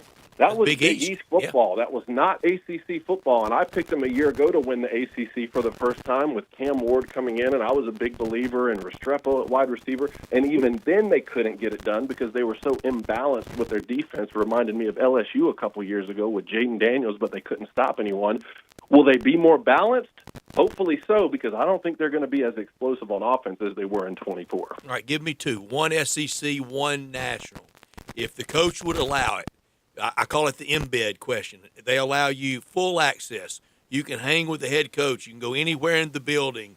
You can watch all the you can be in on all the meetings. Give me the SEC place and nationally the two college football staffs you'd like to monitor this year. Yeah, well, I'll tell you what, man. Anytime you could get a chance to go and see what Kirby Smart does in Athens, I would certainly take that opportunity. Now, look, selfishly, I will say, just from a play caller and as an offensive guy, I'd love to just go hang out with either Steve Sarkisian and Lane Kiffin and just talk offensive football. But holistically, I think Kirby Smart is such an incredible football coach. I'd love to see the way that he handles all of the details that it takes to really run a program that won back-to-back championships, that, you know, he learned from that Nick Saban blueprint. I would love that opportunity. And then nationally, you know, I'd like to see what I'd like to go and sit in the room with Marcus Freeman at Notre Dame and just see how he's able to connect with these players. You know, he was a former player himself. He's not coaching at his alma mater, but they have to play Ohio State. They played him in the playoffs a year ago, and I'd like to sit in and just see how he runs his program. Last dance at USC for Lincoln Riley? I'm not going to go that far yet. I'm not very bullish on them having a great year, but this is still a guy who was winning double-digit games constantly at Oklahoma. I mean, you can say, well, he was left a great situation from Bob Stoops. Okay, well, I mean, you know, Brent Venables was left a pretty good situation, and he struggled early on at Oklahoma. So Lincoln Riley is still a really good football coach. Is he someone who should be a coordinator rather than a head coach? Maybe, because I still haven't seen them on defense just really get after people and be able to figure out that side of the football. Bringing in, I think they bring in DeAnton Lynn this year to run the defense at USC. Let's see if that finally gets things going on the defensive side of the football. But with how many Heisman Trophy winners he has coached at the quarterback position alone, that really means something. And one of them was at USC. There with Caleb Williams. So I'll pump the brakes, and all of that goes without saying. I don't fully understand the financial situation. Remember, a lot of that was not disclosed, so I don't know all the details in terms of the buyout, and, you know, do they have a certified coach in waiting? Are they still, what's the deal with Clay Helton still, who's now the head coach at Georgia Southern? How many coaches are they paying? That would have to factor into a decision to get rid of him as well. Yeah, well, it's gonna be fun to watch. See how the season plays out for them. It's gonna be fun to watch Week 1 this weekend. As always, David, thanks so much for joining us, and we'll do it again next Wednesday. Thank you, guys. Have a great one. Thank you, Dave. David Cohn joining us, talk college football, the host of Crane and Company. Who's your answer for SEC and nationally team to kind of be in the building with? Well, I'm partial. I'm close to one that I really like. I think if I went outside that, to see Josh Heupel try to have to win 2 years in a row, not with high-flung offenses, with playing defense, even more defense this year, and just see if he can. I think he can. I think he's up to it. I almost answered mine just to see if it is last dance for Lincoln Riley at USC, and at what point in the year that he might be thinking maybe get back to this part of the country. Yeah, I think those are two really good answers. And yeah, I mean, I think it's going to be something to watch with USC this year to see kind of how it plays out, and then if they get to a point where they need to make a decision, do they pull the plug and make a change? And I think, David pointed out something really good about the kind of finances play a role. I promise you, I'm serious when I say this. I'd like to see Coach Freeze and how he handles this year. I think he will answer, and I had 9-3 when we did Auburn. I think he gets off the mat. Yeah, that'd be another really good one to follow. But I think there's a lot of good answers out there. It would be. I would love to do that too. Yeah, that'd be fun. Marcus Freeman's a good answer. That was a really good answer. I like he may be coaching powerhouse in the making. Oh, I think you're already seeing it. I mean, what he has done already at Notre Dame has been remarkable, and I think it's only gonna grow and only gonna get better for him at Notre Dame. But it's gonna be a tough one to start things out on the road against Miami. This hour, we're so proud to have them with us. They've been with us for so much through all the years, but to have them as the sponsor of this hour, that's Landers Ford in Carterville. They're the number one Ford dealership in the Mid-South. They can chant, "We're number one," because they are. Landers Ford, your trusted destination, a vehicle that fits any lifestyle, seamless shopping experience, from vehicle choice to financing and service. And right now, plenty of those vehicles left over that were used for the FedEx St. Jude Championship. They were so proud to be a part of. Again, you can get those deals, end-of-the-month deals, this weekend. A good time to go shop at Landers Ford in Collierville. For all the different Fords you want, from the Ford Escape to the rugged F-150 to the adventurous Bronco, every vehicle built Ford tough. The Ford F-150, America's best-selling truck. Transparency, professionalism, and long-term support at Landers Ford. They cater to you, the most important person, the customer. Oil changes, tires rotated.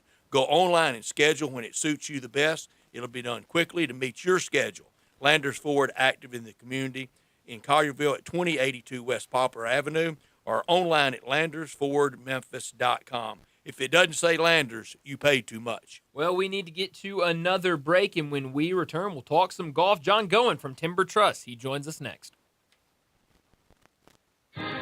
College football talk as David Cohn, the co-host of Crane & Company with Jake Crane, joins. Not only can you listen to your favorite shows on Sports 56, you can also watch video of the shows live on Twitter and YouTube. Watch and listen every day at Sports 56 WHBQ. Since 1948, in the alley, the Rendezvous. I'm with John Burgos. John, what's going on in the Rendezvous? Brett, after 76 years, we've decided to expand our product line. Anyone who's tasted our ribs is familiar with our vinegar-based. It's now available in a 32-ounce jar. It's so good to baste or marinate all meats. I even put a little bit on turnip greens. Something we've been using at the restaurant or at our house has been the Greek seasoning. My father was a cook, but my mother was a chef. And she was the one that put Greek seasoning on everything from a Mediterranean diet or a steak. My mom used it on soup, salad, veggies, fish, any meats. It's a great seasoning and a flavor enhancer. My brother Nick figured out salt and pepper was more than just McCormick's and Morton's. He's come up with a perfect blend we use to coat our shoulders and our brisket, and he used to make it for his friends as Christmas gifts, and they loved it. All these products are available at the Rendezvous or online for shipping as gifts and in many grocery stores. And if they're not in your favorite grocery store, ask your grocer to stock it. A beloved family affair and still going strong since 1948, the Rendezvous. NST's been taking down insurance giants for over 35 years. Big firm power with hometown heart? Yeah, they don't play. It's that combination that has helped them win billions for their clients. NST is the way to go. Call 683-7000. I got him on the line, Marty McNate. Hey, man, what's up over there in VW land at Gossett Volkswagen Germantown? Randy, we're ready to rock your world with 2025 Taos S, now $258 a month. $258 a month for Taos S rocks. What else you got? How about 2025 Jetta S, only $254 a month? Brand new Jetta S, $254 a month. What about Atlas Cross Sport? Right now, Gossett Volkswagen Germantown has 2025 Atlas Cross Sport SE, $286 a month. Atlas Cross, $286 a month, plus all 2025 Atlas Peak Editions, $5,000 $1,000 off MSRP. That's right, Randy. Come see me, Marty McNade at Gossett Volkswagen Germantown, 7420 Winchester Road, or shop online at GossettVWG.com. And remember, your future's what you make of it. That's Gossett Volkswagen Germantown. Taos SM 058602, MSRP 27011, Jetta SM 085183, MSRP 24150, Cross CSC 228 MSRP 39206. Includes all rebates and incentives. Must finance and Volkswagen credit. Excludes tax title and license with approved credit. Dealer stock only. See dealer for complete details. Offer value 831.25. Get in the zone, AutoZone. Welcome to the end of summer sale at AutoZone. We're celebrating the end of long days and short nights with big deals for a short time, like car wash. Right now, you can save 20% on the Armor All Complete Car Wash Kit. Need new brakes? Duralast brake pads are free with the purchase of Duralast rotors. We've also got oil deals and more. We're ending the summer right with the end of summer sale at AutoZone. Get in the zone, AutoZone. Restrictions apply. Progressive knows RV owners like to travel at a nice, relaxing pace. Just like this commercial. They're not rushing to a departure gate at the airport because they depart from their driveway. And they can relax even more knowing they're protected by Progressive. Now here comes the fast part. Progressive Casualty Insurance Company and Affiliates. This traffic report is brought to you by Millington Weight Loss. For more information, call 901-436-0272. Sports 56 traffic. It's starting a little bit heavier here in the last few minutes on the South Loop I-40 at Demonbury and Broadway. It has increased now on 40 East out past Donaldson Pike. All that traffic on I-40 headed out towards Wilson County. Still a little bit slow out there on 40 East just past 840 just outside of Lebanon. Hey, Stein Dental Care in Nashville has a $50 new patient exam consultation before the end of the month, so you better hurry. Call Stein Dental Care in Nashville. I'm Commander Chuck with your on-time traffic.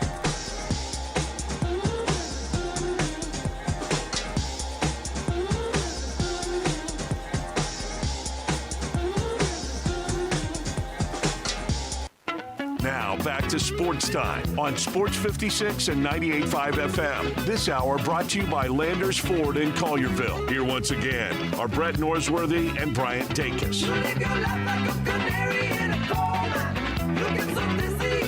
We're back in Sports Time. Brian and Brett with you, and we got to talk some golf. And joining us to do that, John Goen from Timber Trust, the champion. Well, hey, John. That's all I'll start it with. So bitter. So bitter. Oh, not bitter at all. Not bitter. You have to get me on first, Bryant, before you want to. You're there. You're there. Congratulations. I got you. I appreciate it. Thanks. Obviously, good last weekend to be able to kind of pull things out and win the pick. I guess I got to get with Pat Riley on my back-to-back. T-shirts being made, so we can pay all the royalties on that. Yeah. Well, good picking. What made you pick Tommy Fleetwood when everybody else was running from me? him? Landon told him to pick him. I told him. Let's not give John any credit for picking Tommy Fleetwood. Wait, I didn't know all this. Yeah. I encouraged him. I said, hey, go for it, man. Take him. So really, we have an asterisk by the champion's name. We sure do. It was about to fall right in my lap. I couldn't wait for it. The great part is it took it away from Bryant because Bryant was going to take him, with his pick. So, at the end of the day, Landon had already picked. It kind of was, I was coin flipping between two guys, and then, Landon just gave me some positive motivation to just go ahead and pick him, and so that's what happened. So, it wouldn't be the first time that somebody on this pick segment's listened to other people, to make their picks, for crying out loud. Allegedly. I don't know. Well, we've decided that Bryant, he's pulling Auburn and he's claiming the title. I'm claiming the championship. Yes. I'm the winner of the amateur division because you are a PGA professional, exactly. And Landon was Rookie of the Year, so we all get a banner. How about that? Well, I guess we're just giving out participation trophies now. So hey, hold on. I won Rookie of the Year by a landslide this year. I am an amateur. You're a PGA professional. Right. And I claimed it. It was your first year. Nobody else is their first year, so you were a layup for Rookie of the Year. I was a lock from the first day. Yeah, I don't write the rule books. Right. I just enforce them. John, did you think Keegan Bradley got it right this morning? Do you think Keegan Bradley got it right this morning? I don't like the Colin Morikawa pick at all. He's not playing well. Hadn't played well all year. It's been wobbly. I get it. I think ultimately he didn't want to be a playing captain because, let's face it, Keegan's playing a lot better than Colin Morikawa is right now. And I don't see anything changing. It's not like Colin's going to take some magic pill and find a golf game between now and a month from now. So, it's just that's the only pick that I've got an issue with is the Colin Morikawa pick. I think everything else is perfectly fine with where it's at. Cam Young's been playing really well lately. Obviously, Ben Griffin's had a great season. I think everything else is pretty good. I just don't like the Morikawa pick. Do you think the European team is scared of this American team? Are they ever scared of any American team? Because at the end of the day, the Americans are always going to be talked about as being the favorites because they've got, higher world golf rankings. Now, granted, LIV muddies the waters a lot in that regard right now because clearly a guy like Bryson DeChambeau would be substantially higher ranked than what he currently is. But because he plays on LIV, he doesn't get world golf ranking points, so that's why he's lower. But I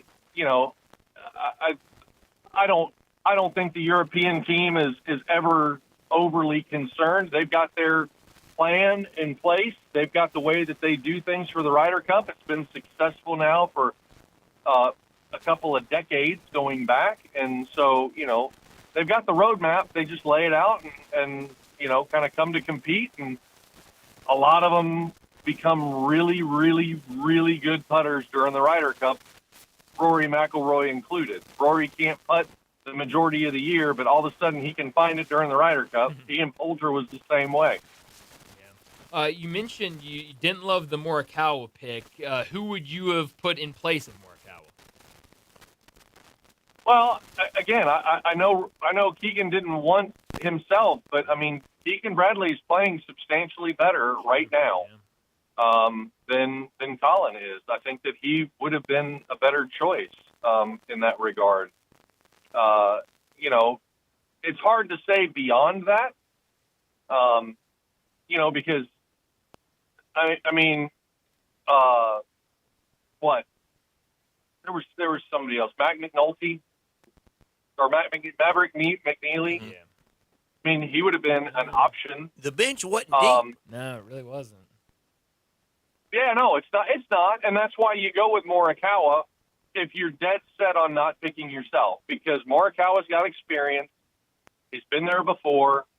You get into these things, and it's funny how the Americans don't want a lot of rookies. The Europeans don't have a problem with having a lot of rookies because they all seem to show up, and they all seem to play well, and they all seem to get points for the Euros, when they're making their first appearance in a Ryder Cup. So, Ludwig Oberg a couple of years ago was a prime example. The Højgaards have played well in Ryder Cups and things along those lines. So, as the U.S. team always wants to go with the tried and true, the Europeans have no issues at all because ultimately they're building depth from a bench perspective. And, they know at the end of the day, the years are numbered for guys like Rory and Shane Lowry and others, that they've got to get these guys some experience and they've got to get them in there, to make sure that they're ready to be those next guys in line to be on the next, on Ryder Cup teams in the future. John, first of all, I'm going to lay it out, and then you tell me, do you think that if this is even necessary, and then if it will be done at some point before they gather in New York at Bethpage Black? Does Captain Keegan Bradley have to give the speech, leave the LIV PGA stuff at the door? Bryson DeChambeau is one of us. I don't think he needs to, because I don't think it's there with Bryson in particular. I think if you still had a guy like Koepka or even Dustin Johnson on the team, there might need to be something there.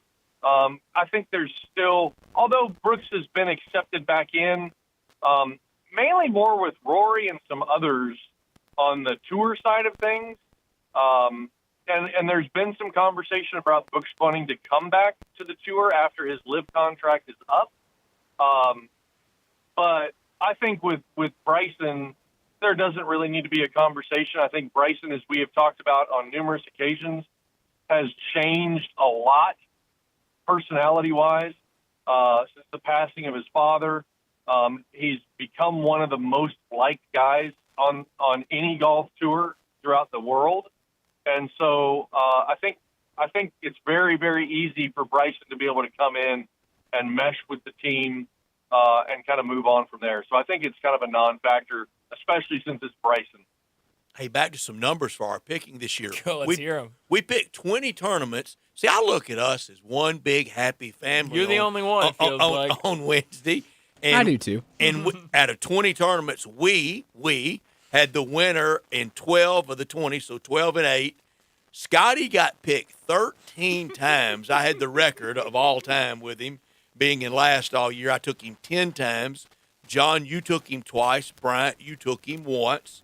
Rory got taken 9 times, and after Augusta, he didn't break an egg.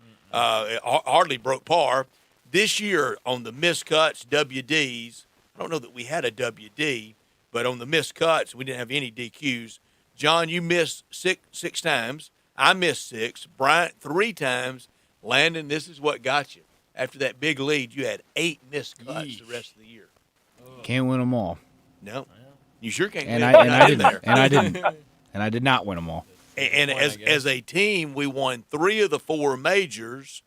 The only one we didn't win, J.J. Spawn. J.J. Spawn. Yeah. I guess that makes sense. Well, And we didn't win in Memphis with Justin Rose. That's a good point. Yeah, I don't think anybody picked Justin Rose to win in Memphis. No. I don't think many people pick Justin Rose. Justin all year. Rose on 12 on Sunday. I was told this today at lunch by Brad Bellamy. He's going to be with us on Friday from Landers Ford. On 12, through 12 holes in Memphis, he was plus 450. Wow, I believe it. That's serious money to be won. It sure and is. was won. Yeah, that's I believe it. That doesn't surprise me at all. Speaking of a guy that we mentioned and was around at Memphis, we mentioned Tommy Fleetwood, but I mean, what does that got to feel like for him to finally get that first PGA Tour win and to have it in the Tour Championship? Well, extremely lucrative for him. Yeah. So New tax I'm sure bracket. I'm sure he feels spectacular about it. Yeah. Look, it feels like we felt this coming since Memphis. You felt like if he was going to fall apart, he'd have kind of buckled a little bit in Chicago the next week, or not Chicago, but Maryland the next week. I'm so used to the BMW being in Chicago, I just rattled that one off. But for him to kind of rebound from that disappointment the way he did at Dave's Valley was, extremely impressive. So, when he got off to a pretty solid start, the thing I didn't really look back on is how far back in the old format would he have been from Scotty Scheffler, and would he have caught him, or would it have been a tie and gone into a playoff in the old format with Scotty having his 2 or 3 shot lead just going into the golf tournament? Because he wound up beating him by 5 or 6, I think. I just don't know how far behind he would have been. That would have been interesting to kind of see if it would have even been a golf tournament under the old format. Because a lot of guys kind of came, up from behind. It was just how far behind were they going into the Tour Championship. I liked this year's format. I liked the fact that everybody started from scratch. It made it for a bit more of a compelling golf tournament as opposed to a yawner. I still think, though, that the Tour has got to fix the playoffs so you can't skip events and still make it to the Tour Championship. Yeah, no, I liked how it played out, and it was a fun Sunday, and to see Tommy Fleetwood win it all was a fun way to end the weekend and end the season. But John, before we let you go, tell us more about Timber Trust, and it's going to be the last time you're with us for a while. We'll get back with you at the Ryder Cup, and then it'll be next year when we talk to you again. But tell us about what y'all got coming up at Timber Trust. Yeah, so last two-man scramble is tomorrow night, as long as the rain kind of holds itself off. But we'll wrap up the two-man schedule for the year tomorrow night. There are still some spots available. We did finally get rid of the 3-week rollover pot last week. We had 2 skins last week, both worth $675 a piece. So that was a lot of fun. So plenty of opportunity there. Should be a great weekend from the looks of it. We get this little rain piece through tomorrow. The weather's looking great. I know it's the opening weekend of college football for a lot of folks, but still, with it being Labor Day weekend, the weather's outstanding to be able to at least try to squeeze some golf in, whether it's 9 holes or whatever. You can book tee times online at timbertrustgolf.com. You can follow us on our social media platforms, both on Facebook and Instagram at Timber Trust Golf Course. Call us at 662-895-3530 to be able to book your tee times as well. Our staff is there and willing to help out in that regard. So again, should be a lot of fun. Great weekend for golf with mid-80s. That's a nice little break from where we've been. Looks like fall is definitely in the air, so it's a great opportunity. You know, we talk about fall golf a lot, and should be a great time to be able to come down and play in North Mississippi at Timber Trust Golf Course. Absolutely. John, as always, thanks so much for joining us. Thank you, John. And we'll talk to you again at the Ryder Cup. All right, guys. Thanks so much. Take care. Thanks, you. John.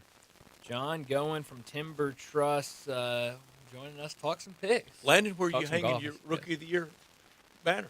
Oh, right next to all my Hawaii flags. I got to. Yeah, Brian, you gotta. your claim title, Yeah. where you hanging? Yeah, well, it's a good question. It's not going to get the prime treatment. It's not going to go where the Dallas Cowboys parade route's going to go, but it's not too far down the row of all of the beautiful plaques and banners and everything that I have. I'm headed to Olive Branch and hanging mine at Timber Trust.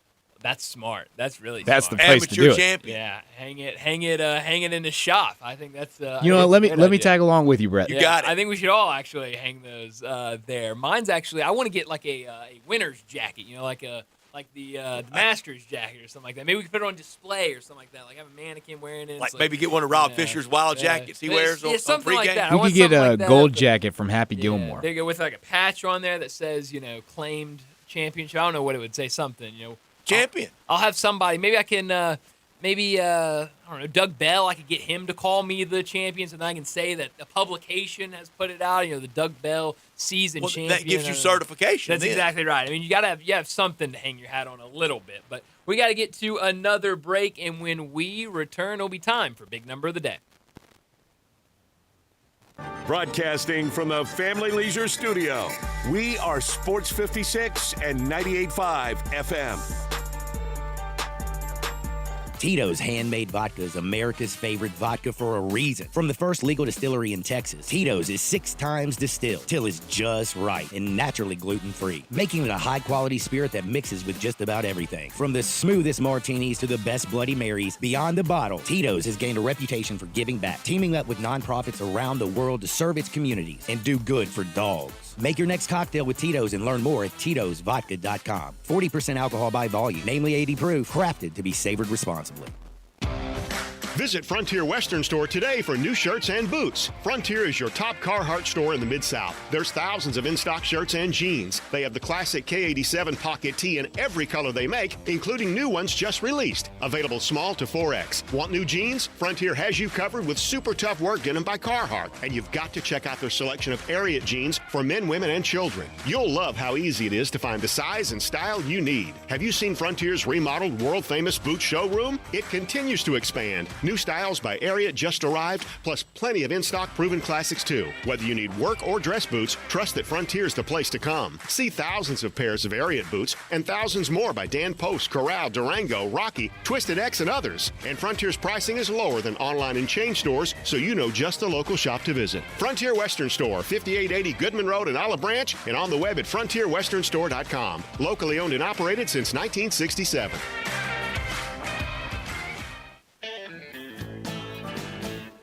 Hi, this is Troy Five-Ash, owner of Five-Ash Roof Services. I wanted to take a minute and discuss advertising with you. There are so many websites that list the best service provider in your area. Even the BBB has an accredited list. You know the one thing they all have in common? A company like mine has to pay to get on that list. So that begs the question, can those lists be trusted? You know what can be trusted? History. We've been around for almost 30 years providing customers with the best service and the best products that we possibly can. So if you need a roof, siding, or gutters, give us a call. We'll come talk to you and let you decide for yourself whether or not we know what we're talking about. Five-Ash Roof Services. Best products, best warranties, and in many cases, the best price. We're fair, honest, and ethical. 367-0050 or memphisroofer.com. 367-0050 or memphisroofer.com. Five-Ash Roofing, it's what we do. We're here for you. Get travel ready in your new Mitsubishi from Gossett Mitsubishi on the Pike. 2024 Mitsubishi Mirage, car and driver's best. Buy for $16,425, gets 39 MPG. 2025 Mitsubishi Outlander, we Gossett. $31,105 or $399 per month. More head and leg room, plus longer warranty and lower price than Toyota RAV4. 2025 Mitsubishi Outlander PHEV plug-in hybrid. Combined range 420 miles, better warranty, more electric range on full charge than a Toyota RAV4. Outlander PHEV, $39,115 or sign and drive for $396 a month. Plus peace of mind with 10-year, 100,000-mile powertrain limited warranty. That's Gossett Mitsubishi, 1870 Covington Pike, online memphismitsubishi.com. If you want it, we Gossett and Gossett Motor Cars. Outlander SU 32343, MSRP 36105, PHEV SC 00816, MSRP 42615, Mirage RHO 378,839, includes all rebates and incentives. PF 895 excludes tax title and license. See dealer for complete details. Offer valid through end of the month with approved credit dealer stock only. Is your wife asking you to stop eating junk food? Well, we have you covered at Humdinger's. It's quick and it's healthy, and most important, it tastes amazing. With many choices from salmon salad to rainbow trout and grilled asparagus. Come visit us for lunch at Humdinger's, 6300 Poplar Avenue. So good, Coach Penny eats with us weekly. Don't forget, Humdinger's offers full-service catering for weddings, social events, or your corporate lunches. You can call 901-260-8292 to find out more. Now back to Sports Time on Sports 56 and 98.5 FM. This hour brought to you by Landers Ford in Collierville. Here once again are Brett Norsworthy and Bryant Dacus. And she says, I wish that I could be like the cool kids, 'cause all the cool kids, they seem to...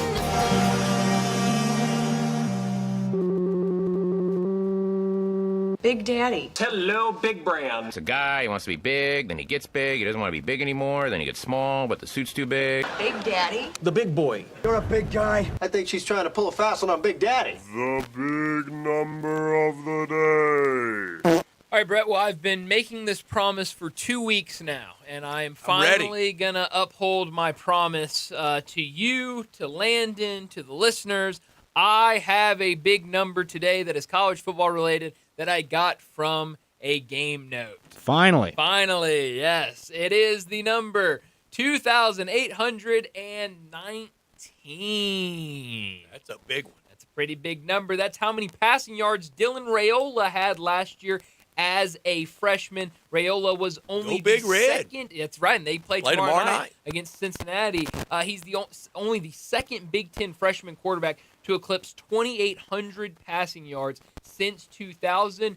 The only other Big Ten freshman to ever have more passing yards than Dylan Raiola as a freshman called Memphis home for a minute. Any guesses? Christian Hackenberg, former Memphis Express quarterback Christian Hackenberg. How about that? In 2013, he had 2,955. Speaking of the AAF, the guy with Jacksonville that Seth is battling out for that third spot, he's an old AAFer, isn't he? I don't remember who is he? What's his name? Let's see. Wasn't he with Arizona? I think you're right. Were they the Hot Shots? They were the hot something. They were hot though. I remember that. Nick Mullins? No, Wolford. Wolford. He was. Yeah. And he was. They were the Arizona something. But you were right. I remember. Weren't they the Shots? So our buddy Phil Savage ran them. Let's see. I can't remember their name. Arizona Hotshots. It was the Hotshots. There we go. Wow. See, their colors were weird too. It was like a red and an orange and a green in there. Yeah, they had a was, lot going on. Yeah, it was, but you're right, because I saw him playing preseason. I was like, I know this guy from somewhere. I think that was the inaugural game in Memphis between those two. I think it was. Boy, it was cold. Oh, I don't know. The AAF. I don't know how it wasn't sleeting Take that me night. back. Oh, I love the AAF. All right, I need this from y'all generationally. We got to do it quick. Okay. We're getting close on time. When y'all hear that Nebraska used to be kings of college football, does that seem foreign to y'all? Yes. Wild?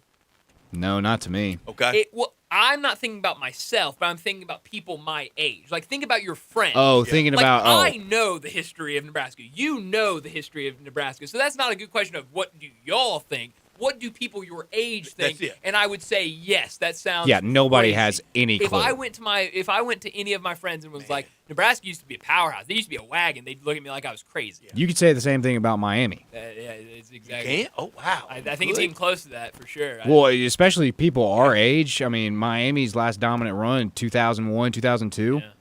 Unbelievable. It's foreign. It really is. To think that's 25 years ago. Yeah. Well, when it said 25 years ago, I was like, what was 25 years ago? 2000. Yeah, it's nuts. My big number is 37. That's the number of wins in 4 years for Josh Heupel at Tennessee. The coach I would really like to follow this year.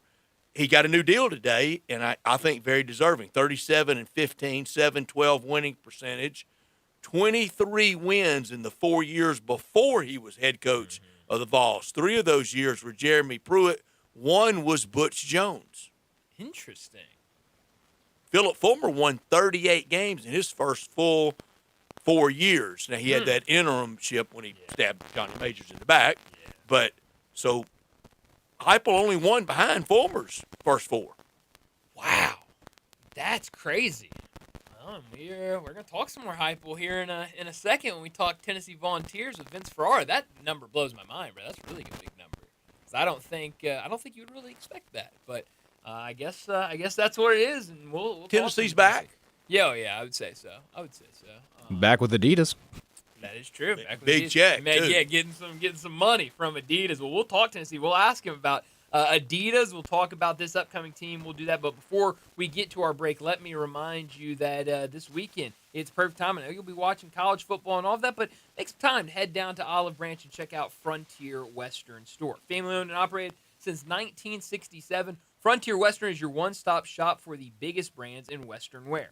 Check out Frontier's world-famous boot showroom. Whether it's work boots or dress boots, Frontier has you covered for the entire family with plenty of in-stock proven classics like Ariat, Dan Post, and Durango. And that's just to name a few. Frontier Western is your one-stop shop for Carhartt in the Mid-South, but they've also got you covered with plenty of other brands when it comes to shirts, shorts, jeans, outerwear. Whatever you need, they've got it. But if you're in the market for a new pair of jeans, well, you got to go to Frontier Western. They've got all the brands from Ariat all the way down to Wrangler, and you'll love how easy it is to find the perfect size and style for you. At Frontier, their pricing is lower than online and chain stores, so you know you'll be getting the best deals. Head down to 5880 Goodman Road in Olive Branch and check out the entire selection. Open Monday through Saturday, 9 a.m. to 7 p.m., and Sundays, 1 p.m. to 6 p.m. Head down there, check out our friends over at Frontier Western Store. Well, let's get to another break, and when we return, we're going to talk some Tennessee Volunteers. Vince Ferrara from WNML in Knoxville, he joins us next.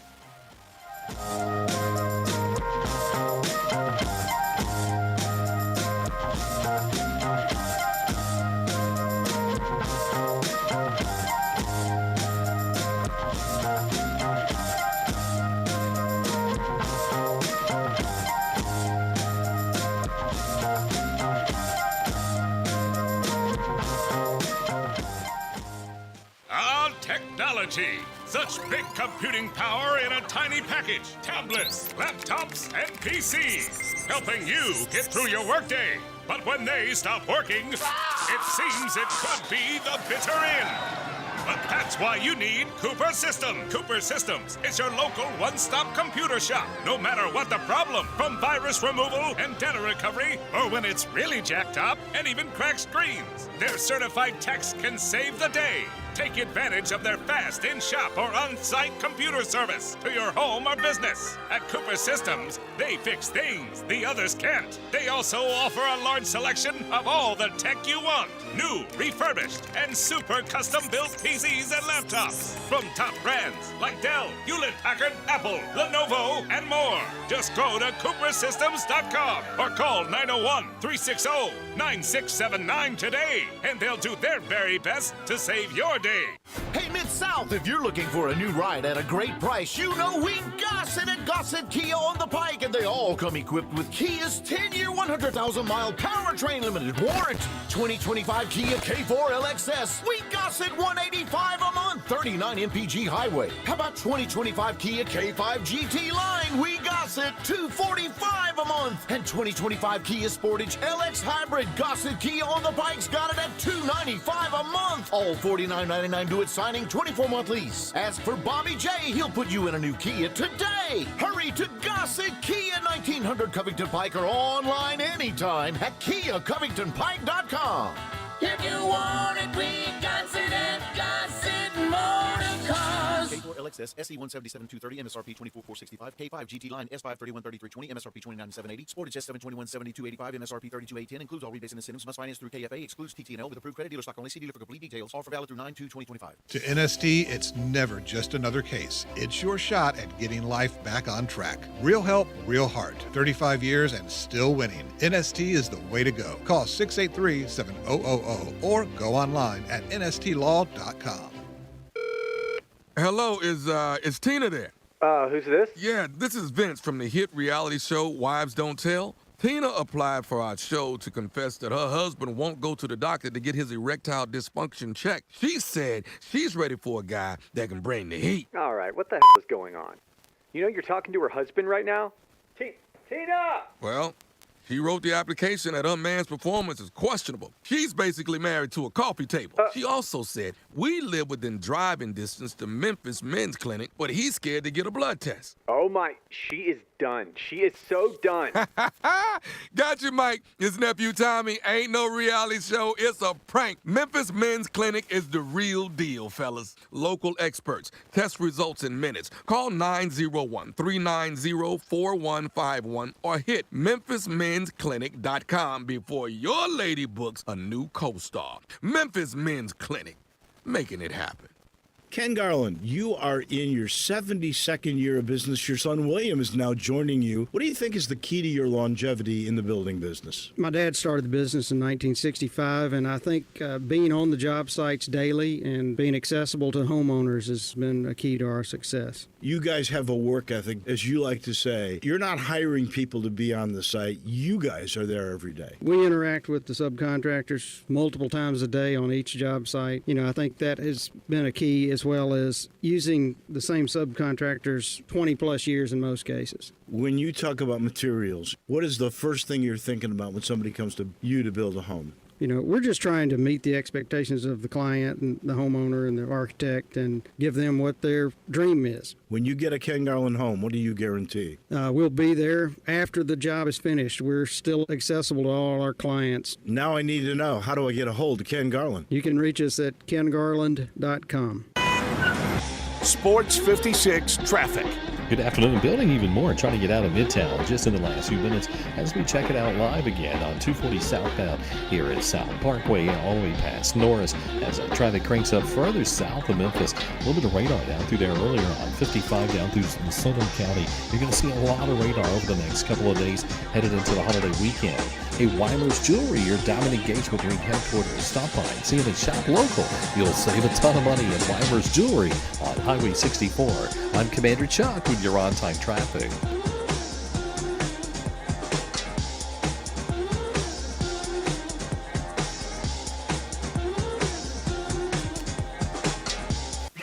Broadcasting from the Family Leisure Studios, we are Sports 56, WHBQ Memphis, and W253DF Memphis. Now, back to Sports Time on Sports 56 and 98.5 FM. This hour brought to you by Jaguar Land Rover Bluff City. Here once again are Brett Norsworthy and Bryant Dacus. Welcome back in Sports Time. Brian Brett with you as we start our third and final hour, and we got to talk the Tennessee Volunteers. And joining us to do that, Vince Ferrara from WNML in Knoxville. He joins us now. Vince, good to hear from you. I know a lot of people up there in Knoxville excited for the Vols to get the season started against Syracuse, and officially named Joey Aguilar the starting quarterback. What's it been like since, I guess, the quarterback trade, since Joey Aguilar has become a Volunteer, as he's gotten used to this offense? What do you expect to see from him in game one against Syracuse? Yeah, great to be on with you guys again. Really appreciate it. Always fun to be on that side of the great state of Tennessee. But, yeah, to answer your question, I think it was people have embraced Joey Aguilar. They were not happy with Nico the way that all went down. So kind of by default, whoever is going to be, they were going to buy into. If it was Jake Merklinger, they were going to buy into him. And so, yeah, Joey Aguilar was named starting quarterback 2 weeks prior to the season started. That was the biggest surprise. Not that it was him.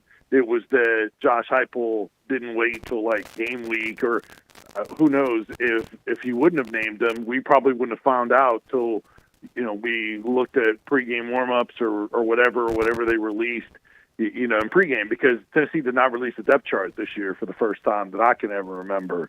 So we wouldn't have found out, or they would have just listed an or and then said, well, we'll see how this week of practice goes, or some of that nonsense. But I do think it was a good thing to name him starter, let everyone else buy into him. You had a true competition. Everyone, especially with Merklinger, McIntyre was a long shot as a true freshman, even though he probably has the most arm talent and had his moments, especially early in camp in the first scrimmage. But, you let him compete. Everyone buys into him. The fans buy into him. The players buy into him. He gets to be QB1 at the University of Tennessee. He gets to work with the ones more, and you just take that narrative away. He was going to be the guy, a lot of us felt like from the beginning. He'd have to really have been really bad. And when he was taking all the proper steps when he got here and trying to connect with his teammates and being accessible and being in the community and throwing to his receivers and diving in the playbook, when he was doing all the right things, you knew that he wasn't going to screw this up. And, it was as he got more comfortable as camp went on and then separated. And then they didn't waste any time naming him the starter. So it's been a really good thing, and I think fans are all aboard. Vince, before we brought you on, closing out our 4 o'clock hour, our second hour, we all agreed, and we did it without a whole lot of bluster. Tennessee's back. Josh Heupel's done that, hasn't he? Well, Danny White thinks Tennessee's back, and Josh Heupel's a guy. He just signed him to an extension through 2030, and he's pretty high up there in terms of the money he makes in the SEC. Brought him to a college football playoff. Fans are always going to expect more. Even if they don't make the playoff and they're a game or two back from where they were last year, I don't think that's cause for concern. So, yeah, he has not shown anything yet that tells you he can't handle situations, whether it's the media after a tough loss, which we've seen, and this stats, we've seen plenty of coaches take a tough loss and then make it worse afterwards because the way they can't handle the pressure cooker that is Tennessee football. That was Butch and the Jones, expectations. Yeah, for sure. And even like Pruitt at halftime saying, "Well, we'll go get 25 other guys." I mean, you can't do that. So there's plenty of examples of that. But he hasn't shown that. He's won. He's beaten really good competition. He's broken streaks. He's strung together quality years that hadn't been done in an awful long time. So, yeah, there is, back is subjective, but he is very, very accomplished. And in today's world, oh, by the way, with expanded playoffs and NIL, the portal, and all this stuff, man, you just going undefeated is going to be really difficult. You're going to take losses, and you can't look at an 8-4 season or 9-3 and say this is BS, man. We need to be undefeated and win a national championship. That's just not very realistic in today's world. It's just not. But what a lot of fans will do at a lot of places, Ole Miss included, but even at Tennessee, after making the playoffs last year, I've got Tennessee going 9-3 this year. Let's say they do that. I don't think that gets you in the college football playoff, but it gets you one of those good Florida bowls that we used to all be excited about going to. And Ole Miss went to one last year in the Gator Bowl and finished off with a 10-win season. I don't think that would satisfy fans anymore, especially for Tennessee, having gone last year to the playoffs. Hey, man, send us to Tampa. I get to sleep in That's right. at Mama Ferrara's house. I get mom's home-cooked meals. Sign me up for Tampa in a Florida bowl game or wherever. They went to Orlando last year, so they probably won't go back there. But, yeah, I agree with you. And look, it's not like that would be awful going to a Florida bowl. But, when they expand to a 16-team playoff, three losses might get you in. Probably will if you're from the SEC and you have a really good schedule, but not yet. And that'll move the needle again. So it's just a different world. People have to adjust, and I'm with you. I have them at 9-3 this year. You could debate the 3 because they don't always get there conventionally. Like a lot of us look at it. Okay, the 3 toughest games, they'll lose those. They don't always do that. They'll beat somebody you're not supposed to, and they'll lose somebody you're not supposed to. And even with doing that last year, they still got to the college football playoff. We talked about it with a guest earlier. We talked about the quarterback and a new quarterback for Tennessee, but also a new running back. And what Dylan Sampson did last year was one of the stories of the season in the SEC, nearly 1,500 yards rushing. What does the running back room look like now for Tennessee? Yeah, and it is plural. So it's singular room. It's plural running back because this will be by committee. You've got Deshaun Bishop, who is returning from last year as a second leading rusher. He was one of the best high school running backs in the country. I think even led the nation one year in rushing. He banged up early in his career. Last year was healthier. He was the number 2 back last year. He's back, man. We interviewed him at media days. Man, kid is rocked up, man. He says, I live a boring life. It's about football and faith and school.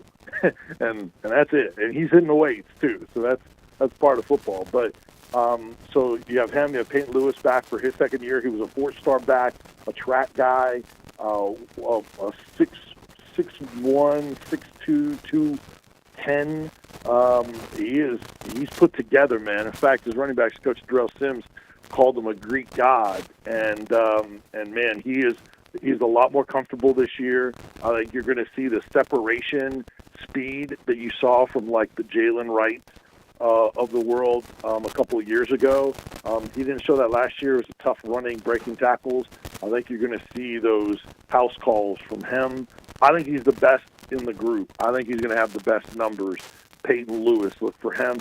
And then they have a transfer from Duke, who previously was at New Mexico State, and Star Thomas. I mean, he's been around. This is year 6 for him. He's been around in the college game. He's experienced. He's gotten a lot better since he got on campus. And so he's the most experienced guy in that room, even though it's his first year at Tennessee. So those are the top 3 backs.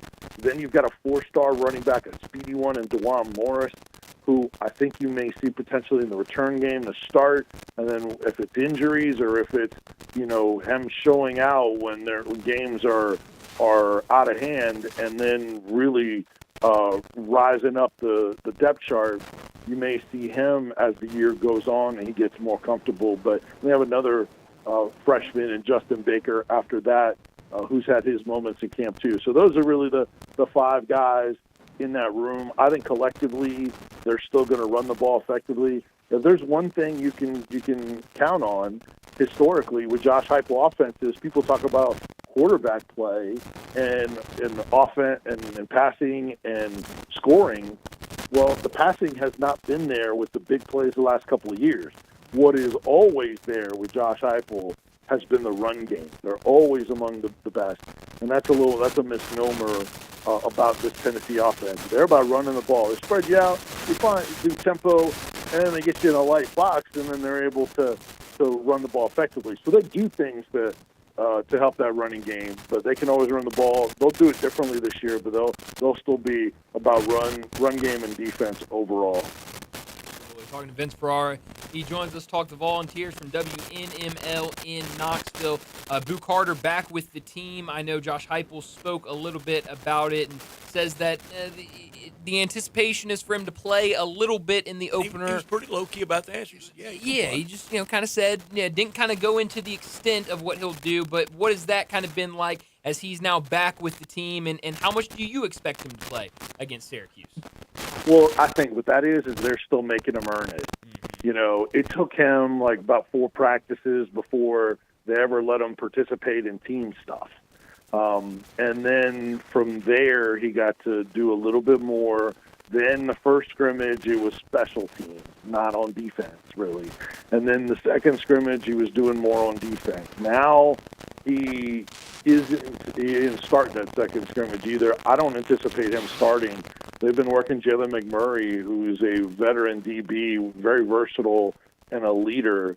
I think he's going to start, and I think Boo Carter will play some at star, but they're going to continue to make him earn his starting spot back. We'll see what it means in terms of the punt return game, because he is special in space.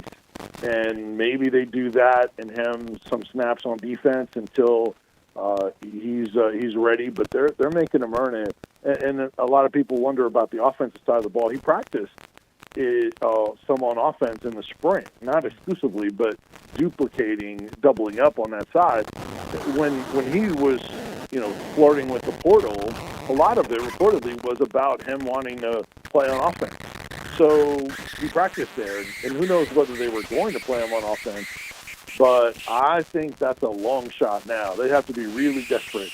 I think he's got to earn his way back to where he was on defense, much less also adding more on offense. So I think that ship may have sailed. We'll see how bad, if they're bad on offense and if they get injuries or whatever, maybe we'll see them more. But they're slow playing it, making them earn it, and there's nothing wrong with that, because I think the leaders on this team, from the leadership council, that's the way they want it, because they were not happy that he didn't participate in voluntary workouts in the off season. Yeah, if you're going to have the leadership council, you got to let them run the locker room, and the great coaches do that. Our guest is Vince Ferrara. He's on our Sissy's Log Cabin guest line. He's with WNML in Knoxville, covering all things volunteers, all things the Big Orange. How many Tennessee fans under the roof of the Dome Saturday in Atlanta? I'd say most of them. Not all of them. I'd expect the 75-25, 80-20. That's a home game.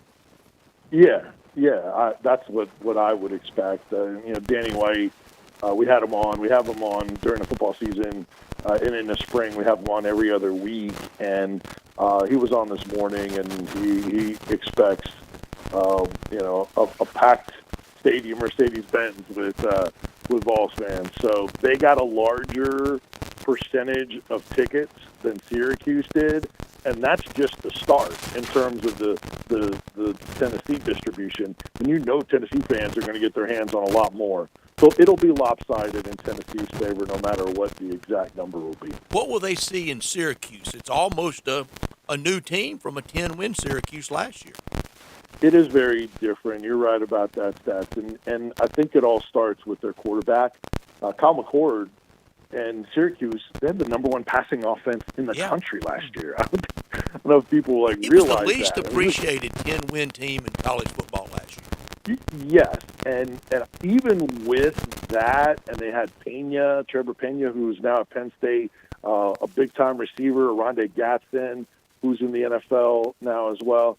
So they had really good receivers and pass game. Not as much of in the run game. They were good, not great. But that Syracuse team was much different because of the losses to the NFL, and so it starts with Angeli, because Steve Angeli, the Notre Dame transfer, he had a critical drive in the semifinal playoff game where he came in cold and led them on an important drive before Riley Leonard came back. And so he doesn't have a big sample size, but he's handled himself well and with poise, and he won the job in preseason. So if he is ready and a really good player, they still have, between the portal and some other young guys, they still have talent to have a pretty good offense there.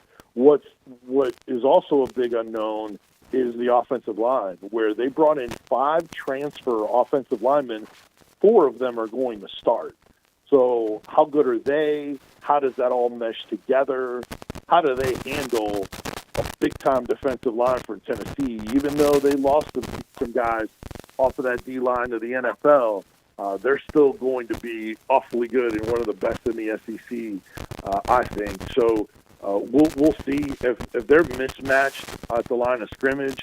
Then Angeli may not get to show what he's really like. It may be after this game that he gets to show it.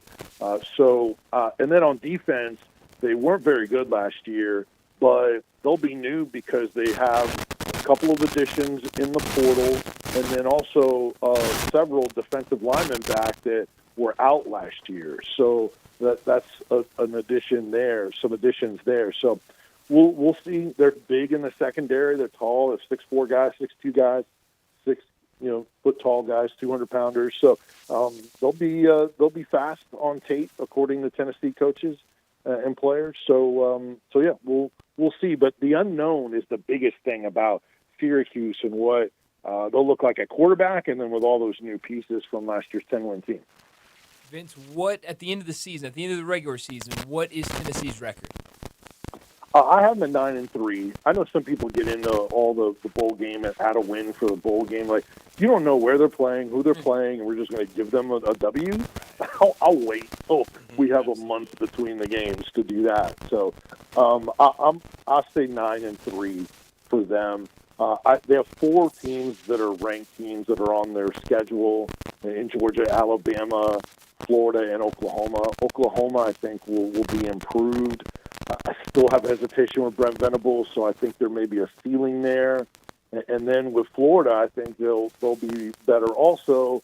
But then can DJ Lagway stay healthy? Oh, by the way, those 2 teams that seem like they should be better than last year have the 2 toughest schedules in the Southeastern Conference. I think Oklahoma's a tougher, and then Florida after that.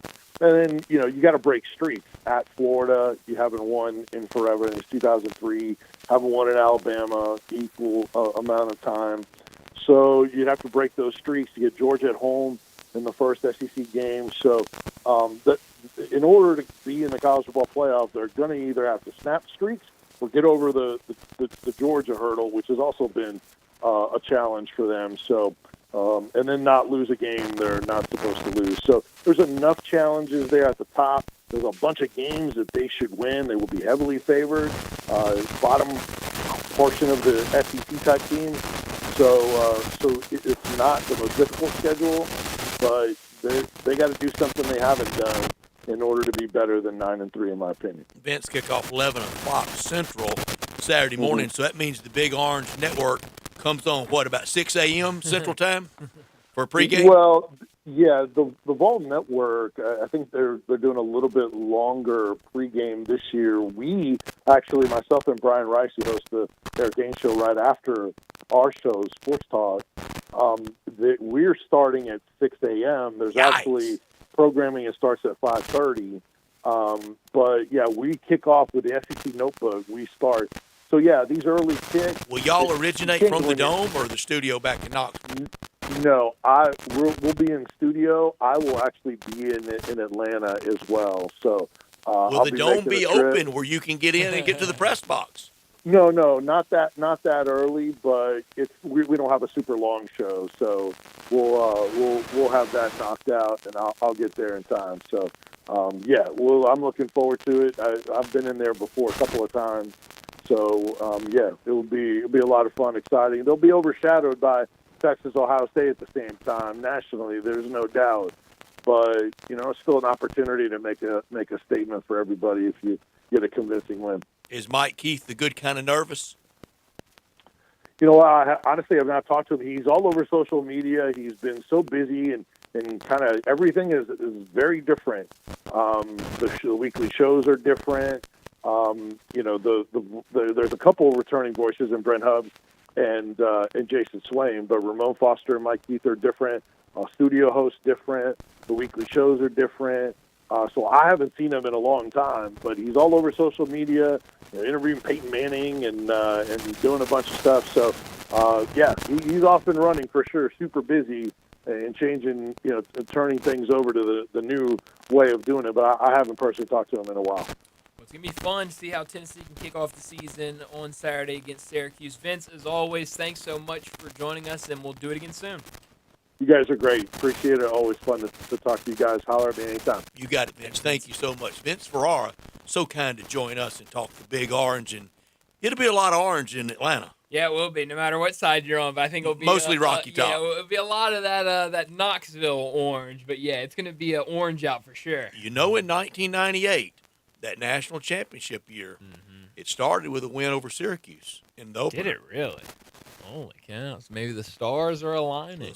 We'll see. It's going to be fun. And he's right. That's going to be the classic get 2 games on, have I think one. that was a last-second field goal. Really? Well, I don't think any Tennessee fan is hoping that this one comes down to a last-second field goal. But, yeah, I mean, you're going to be – I know there's going to a lot of games to watch in the 11 o'clock window, but you got to make sure you got the Texas-Ohio State game on somewhere, and then you've got the Tennessee-Syracuse game on somewhere else, because I really am curious, especially offensively, what Tennessee looks like in their first game. But we're going to get to a break here in a second. Before we do that, let me remind you about our 5 o'clock sponsor. It's Jaguar Land Rover Bluff City. Jaguar Bluff City has been the premier Jaguar dealership for the greater Memphis area since 1984, and their talented team is ready to help you find your next perfect vehicle at unbeatable rates. Swing by Jaguar Land Rover Bluff City today and check out the new 2025 models like the 2025 Range Rover Sport, the 2025 Range Rover Velar, and the 2025 Defender. Test drive the Range Rover Sport, where luxury meets performance. It's a perfect mix of style, performance, and versatility, with options ranging from 360 horsepower up to 635. It's also available as a plug-in hybrid electric vehicle with $7,500 federal tax credit when leased with approved credit. Take a look at the Range Rover Velar, powered by mild hybrid technology and enhanced with the latest well-being features and fully connected entertainment system. The Range Rover Velar is the ultimate luxury compact crossover. Purchase yours today and get special 4.4% for 72 months financing available with approved credit. Don't forget about the Defender, available in multiple models to fit your needs. The Defender is built for the modern explorer, and Jaguar Bluff City is offering special interest rates for 60 and 72 months on various models. Give them a call, 877-259-6169. Go online to JaguarBluffCity.com. But head out there, test drive these vehicles. 6335 Wheel Cove, just off of Quince, but for Bluff City Jaguar. Let's get to another break, and when we return, we got to get back to some picks, more W's and L's. This time we'll tackle Texas, Oklahoma, Florida, and Arkansas. We'll do that next on Sportstime. You have opinions? I think it's over. Of course you do. I don't think it's that simple. Everyone does. I got all the answers. Hit us up on the Sissy's Log Cabin listener line at 360-8255. Tito's Handmade Vodka is America's favorite vodka for a reason. From the first legal distillery in Texas, Tito's is 6 times distilled till it's just right and naturally gluten-free, making it a high-quality spirit that mixes with just about everything. From the smoothest martinis to the best Bloody Marys, beyond the bottle, Tito's has gained a reputation for giving back, teaming up with nonprofits around the world to serve its communities and do good for dogs. Make your next cocktail with Tito's and learn more at Tito'sVodka.com. 40% alcohol by volume, namely 80 proof, crafted to be savored responsibly. I'm Gary York. I'm the service director at Lexus of Memphis. Our service department wants to be more than just a place where you get your oil changed. We do glass repair, windshield replacement, recalibration of your camera and sonar systems, even wheel repair, tire replacement, all the things you would expect from a luxury automotive dealer. Please check out our website. You can schedule your appointment, check out our specials, hours of operation, or if you'd like to do it in person, please reach out to one of our associates at 901-271-5199. Mercedes-Benz Van Center Memphis has serious vans for serious work. At 4430 American Way, they are the Mid-South source for cargo, passenger, crew vans, and custom chassis. Need one or a full fleet? New or used, they've got it with fleet solutions and custom upfits. Certified techs keep you moving with fast maintenance, repairs, and a large parts inventory. Mercedes-Benz Van Center is your Sprinter Van headquarters, 901-237-9302 or sprintervans.com. Mercedes-Benz Van Center Memphis, part of the Tag Truck Center family, driven to keep you on the road. Hey, Mid-South, I've got him on the line. Rockin' Ronnie at Gossett Hyundai South on Mount Moriah. And Ronnie, you're right in the middle of the Hyundai Getaway Sales event. It's happening right now. Hey, what's up, man? Randy, I've got huge discounts and less wait time for service than anyone in town. Huge discounts and less wait time for service. That's a big deal. Now tell me about that Hyundai Elantra. I've got a 2025 Hyundai Elantra. Buy it for $23,565 or $229.60 per month. Plus, get advanced tech features along with 3 rows of comfort in a new 2025 Palisade calligraphy at $5,000 off MSRP or 0% for 60 months is available. And you always get America's best 10-year, 100,000-mile powertrain limited warranty. So it's time to get to Gossett Hyundai South. Ask for Rockin' Ronnie at 2660 Mount Moriah or shop online anytime. HyundaiMountMoriah.com. Palisade SU 952 MSRP 56,960. Elantra SU 052,733. MSRP 22,000. Based incentives PF 895. Exclusive title license. See for complete details. Offer valid through the end of the month. Approved credit dealer stock only. Must finance through agent May. What is your next success story? At University of Maryland Global Campus, you can succeed again with more than 135 affordable online degrees and certificates to help you move your career forward. From cybersecurity and AI to healthcare and MBA, our programs help you build critical thinking, leadership, and communication skills that set you apart in today's job market. Apply now and save with no application fee through September 3rd. Visit umgc.edu to get started. Certified to operate in Virginia by Chev. Nestled in the heart of East Memphis, located corner of Park and Cherry, is a beautiful residential neighborhood. I'm here at Town Village Audubon Park interviewing a new resident, Carolyn. Share with us why you chose Town Village. Well, if your parents or special friends need to make that big move, let me share with you my experience. It was tough for me to leave home, but then I discovered Town Village. I would like to highly recommend Town Village to you and your loved ones. After looking at all the amenities and meeting all the people and staff, I was hooked. From restaurant, bistro, 3 meals per day, housekeeping, transportation, security, health care, physical therapy, exercise room, and even a heated pool and spa. Come see us and make your new home at Town Village. Visit us and call Daniel at Town Village Audubon Park at 901-374-7342. There's no place like home, Town Village.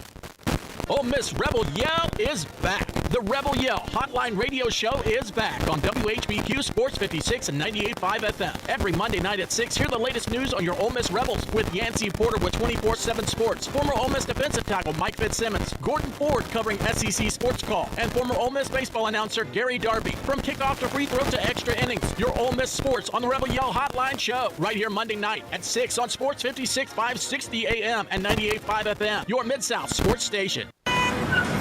Sports 56 traffic. Good afternoon. I'm looking at a crash over here. It's got the right lane blocked. It's got it clogged up pretty good here in the Midtown area. 40 eastbound over here at Chelsea. Talking about wrong place, wrong time. It's been a while today out here as far as accidents. Now we got this slowdown right in the heart of the Midtown area because of this wreck that's getting some attention right now on 40 eastbound here at Chelsea. Again, traffic just limping along up through here. Weimer's Jewelry, your diamond engagement ring headquarters. Go by and see David and his family at Weimer's Jewelry at 7525 Highway 64. I'm Commander Chuck with your on-time traffic.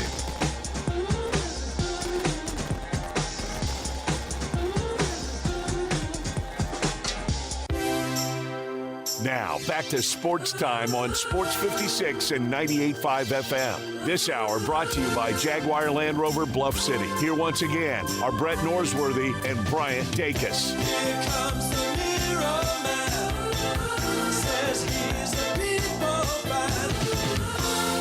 Welcome back into Sports Time. Bryant and Brett with you as we only got about 30 minutes left in today's show. We got to cap off the day with some more W's and L's. 4 big ones. 4 big ones in the SEC. Texas, Oklahoma, the newbies, and then Florida and Arkansas. Where do we want to start?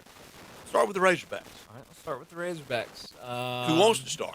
Well, y'all both looked over at me, so I will. Start. Start. So, Yeah, I will. I'm sorry, Razorback fans. I do not have a good year for you guys. I have them going 4-8, 2-6 in conference play. I have them beating Alabama A&M, beating Arkansas State, which I think is going to be a big win for them before they string together 6 losses in a row.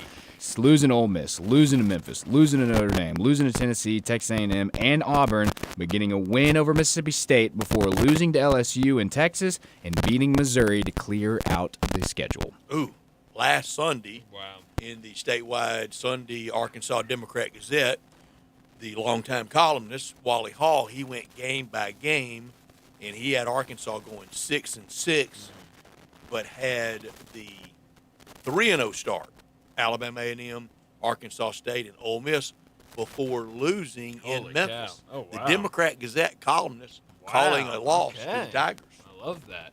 I have the same. What was your overall record again? 4-8. 4-8. Yeah, I'm 2-6 in conference. I'm the same. I'm 1-7 in conference, though. I have back-to-back wins to start the season. I have a loss at Ole Miss, a win at Memphis, a loss against Notre Dame, and then back-to-back losses against Tennessee and Texas A&M, a win against Auburn, and then 4 losses to end the season. And at that point, I mean, if you're looking up and maybe you win at Auburn, you don't make a change, but if you are maybe even before the Auburn week, we could see a change there. And if you make a change in season, those last couple games could certainly go any direction. So We know the change in season is Bobby Petrino. Oh, absolutely. They say that he does not want to be the permanent head coach. Really? Is what many in Arkansas claim. Yeah, so I mean, if they go in season, he would certainly be the interim. But I have 4 losses in season. I mean, it's really tough. He only humiliated the school. Well, yeah, no, it'd be a weird transition for sure. But that end of the season, man, it's tough. At LSU, at Texas, and then a Missouri team that it feels like they always have trouble with and can never seem to beat. So I have 4-8. I have 1-7 in conference. They have one gimme. That's Saturday. Yeah, no, it really is. Everything else on the schedule, I definitely think it's a toss-up. And they were one of the teams, I talked about it, I believe, with FAU in the American. Arkansas was kind of my SEC team where they were one of the last teams I did. I kind of started looking around going, wait a minute, I have losses all over the place against them, so it's going to be a pretty bad season. I'm 6-6. I was 6-6 last year, and I called the upset of Arkansas over Tennessee last year, and I have won this year. Start 2-1, wins over Alabama A&M and Arkansas State in the final game at War Memorial Stadium that the Razorbacks will play in. Losing in Oxford, winning in Memphis against the Tigers, upsetting Notre Dame in Fayetteville, then losing in Knoxville, winning in Fayetteville against Texas A&M, finally playing them, not at Jerry's World, losing at home against Auburn, and that could be switched easily, winning at home against Mississippi State before 3 straight losses at the end of the year, and I guess in the Sam Pittman era at Arkansas, losing at Baton Rouge, at Austin, and home against Mizzou. So, yeah. Well, 6-6 season, does that save Sam Pittman? It could. I've heard different opinions on a 6-6 season. He'll have 2 years him. left at $5 million per, and I don't blame him. Any buyout, any haircut for the program, no way. You owe me $10 million. You pay me $10 million. Oh yeah, I completely agree with that. And, I mean, it's what we talked about with David Cohn about USC earlier, and he said, money could come into play, and you could see them maybe not want to make a decision because of money. You can deliver it in Same gold thing. doubloons, but I want $10 million. Yeah, absolutely. Florida now.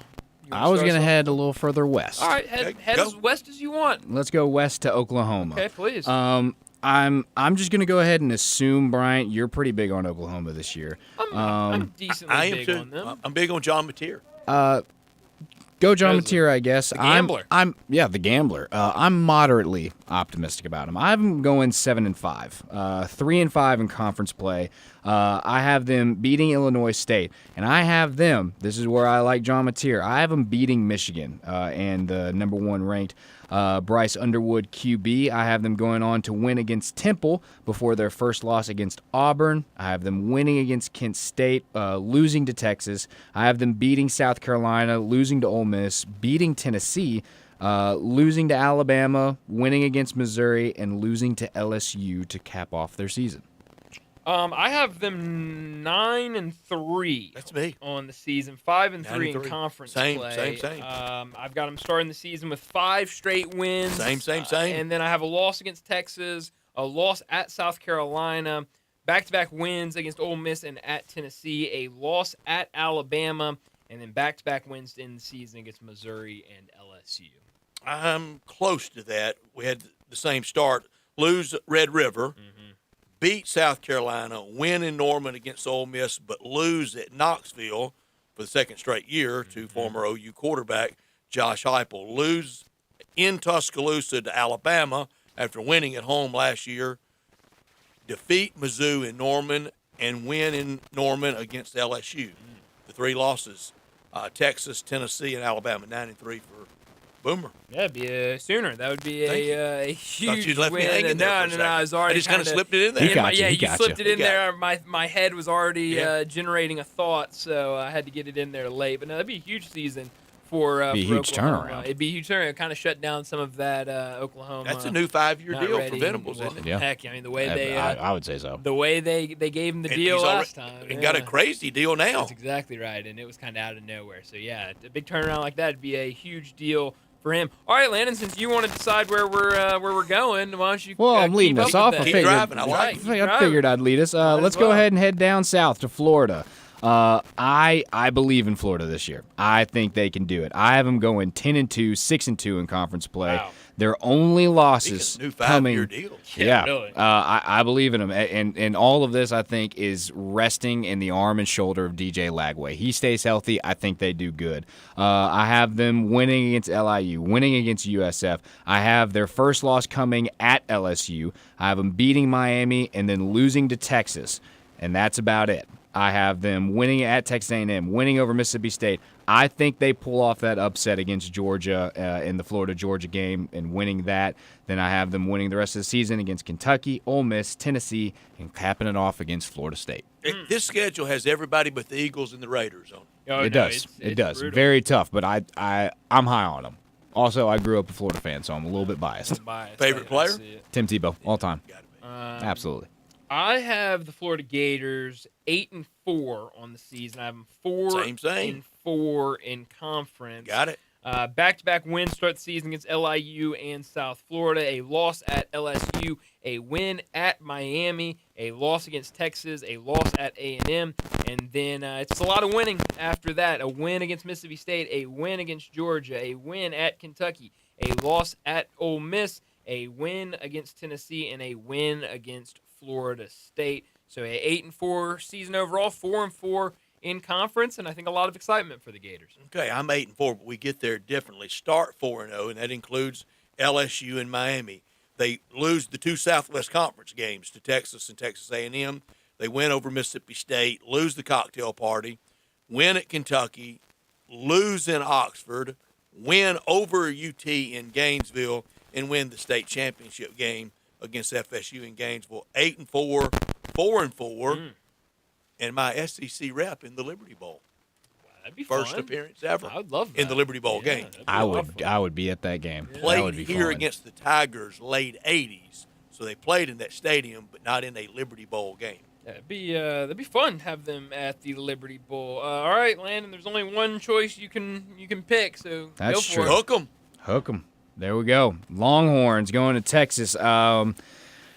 Brett, I've had a sneaky suspicion. I don't think you're as big on Texas this year as they are out of your college football playoffs, if I remember correctly. Correct. But I believe that Texas is going to do it. I believe in Arch Manning. When you got two older brothers who live and bleed and died for the game pouring into you, I think you're something special. Two uncles.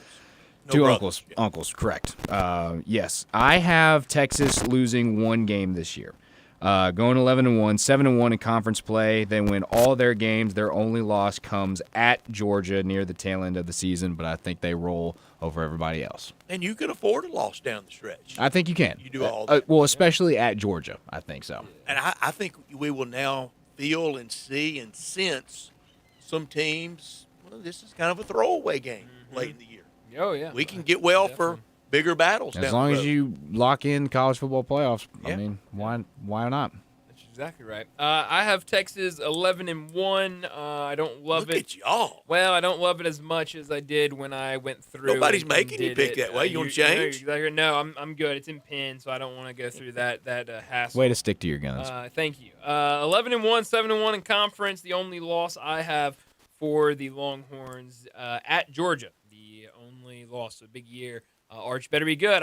Honestly, this isn't my pick. This is what everyone has told me about how good Arch Manning and this Texas team is going to be. So if I'm wrong about this, I'm not wrong. They're all wrong. It's That's everyone right. else being wrong. Yeah. So I will not. That's I will good. Not claim I like that. the transference. Yeah, thank you. Yeah. That's how it works. That wasn't on you. It's certainly not on me. But if they go 11-1, then it's absolutely on me. Yeah, I made the picks. Well, then we and called it. It was in exactly. ink. That's exactly right. It's in ink. I didn't want to change it. So. This isn't indelible, or this isn't lightly shaded pencil. I just wanted to make sure we were all on the same page. Oh, we're locked in. I'm 9-3. I've been that way most of the summer with the loss Saturday in Columbus.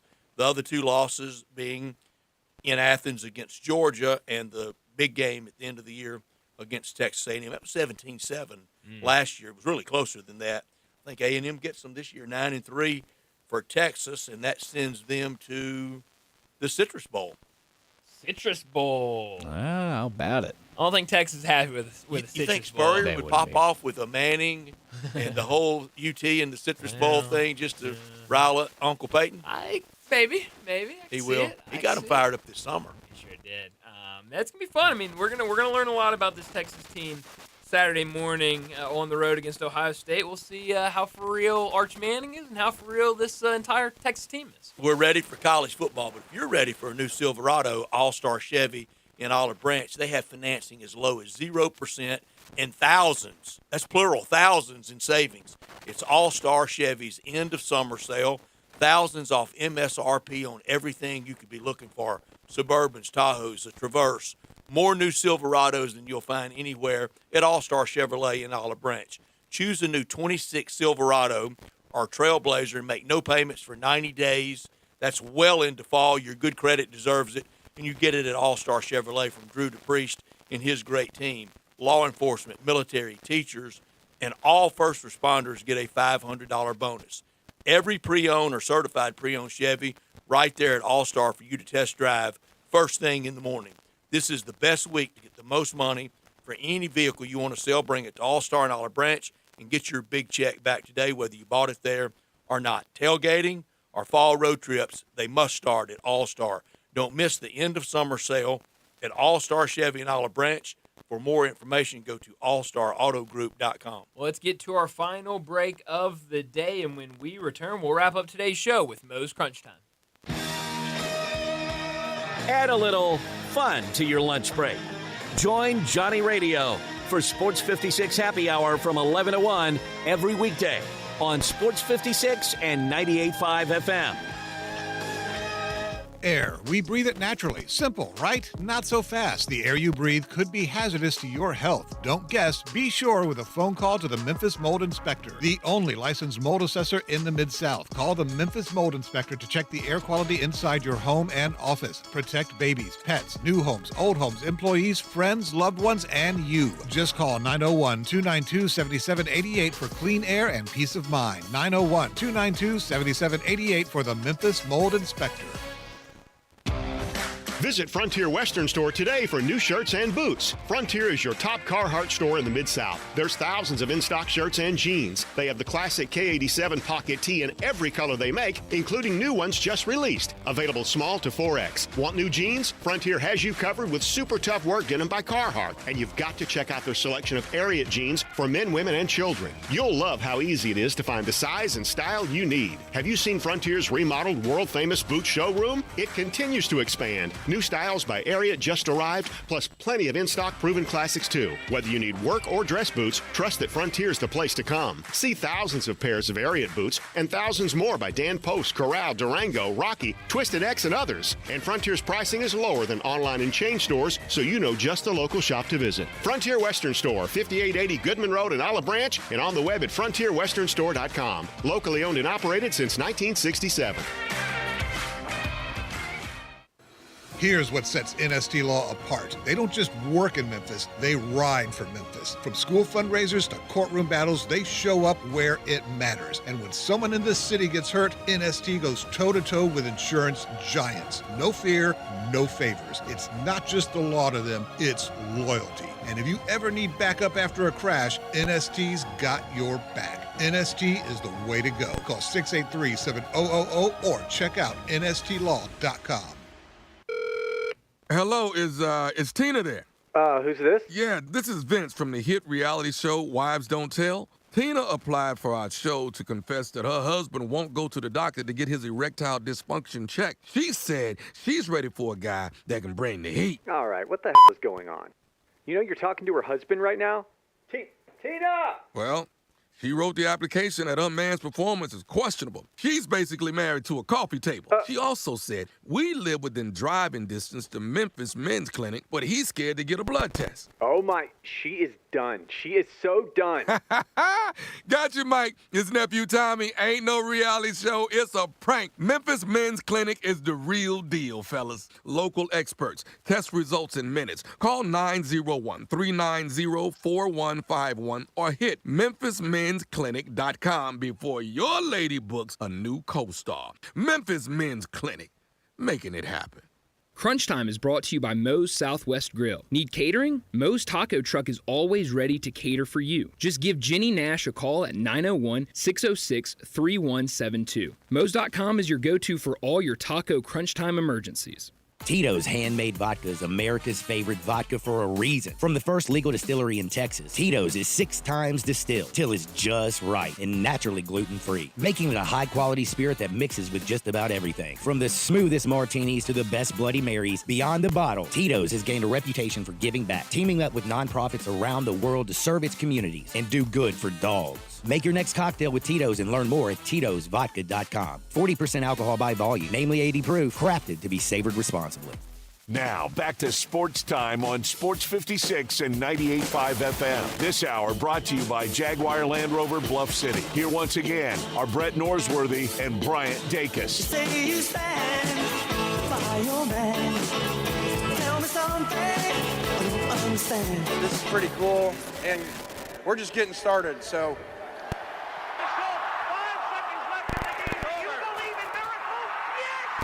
Spanning the globe.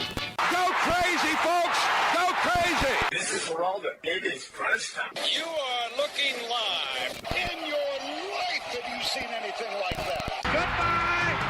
Hello, Haskins. It's obviously crunch time. Hammer, nail, coffin. This baby is over.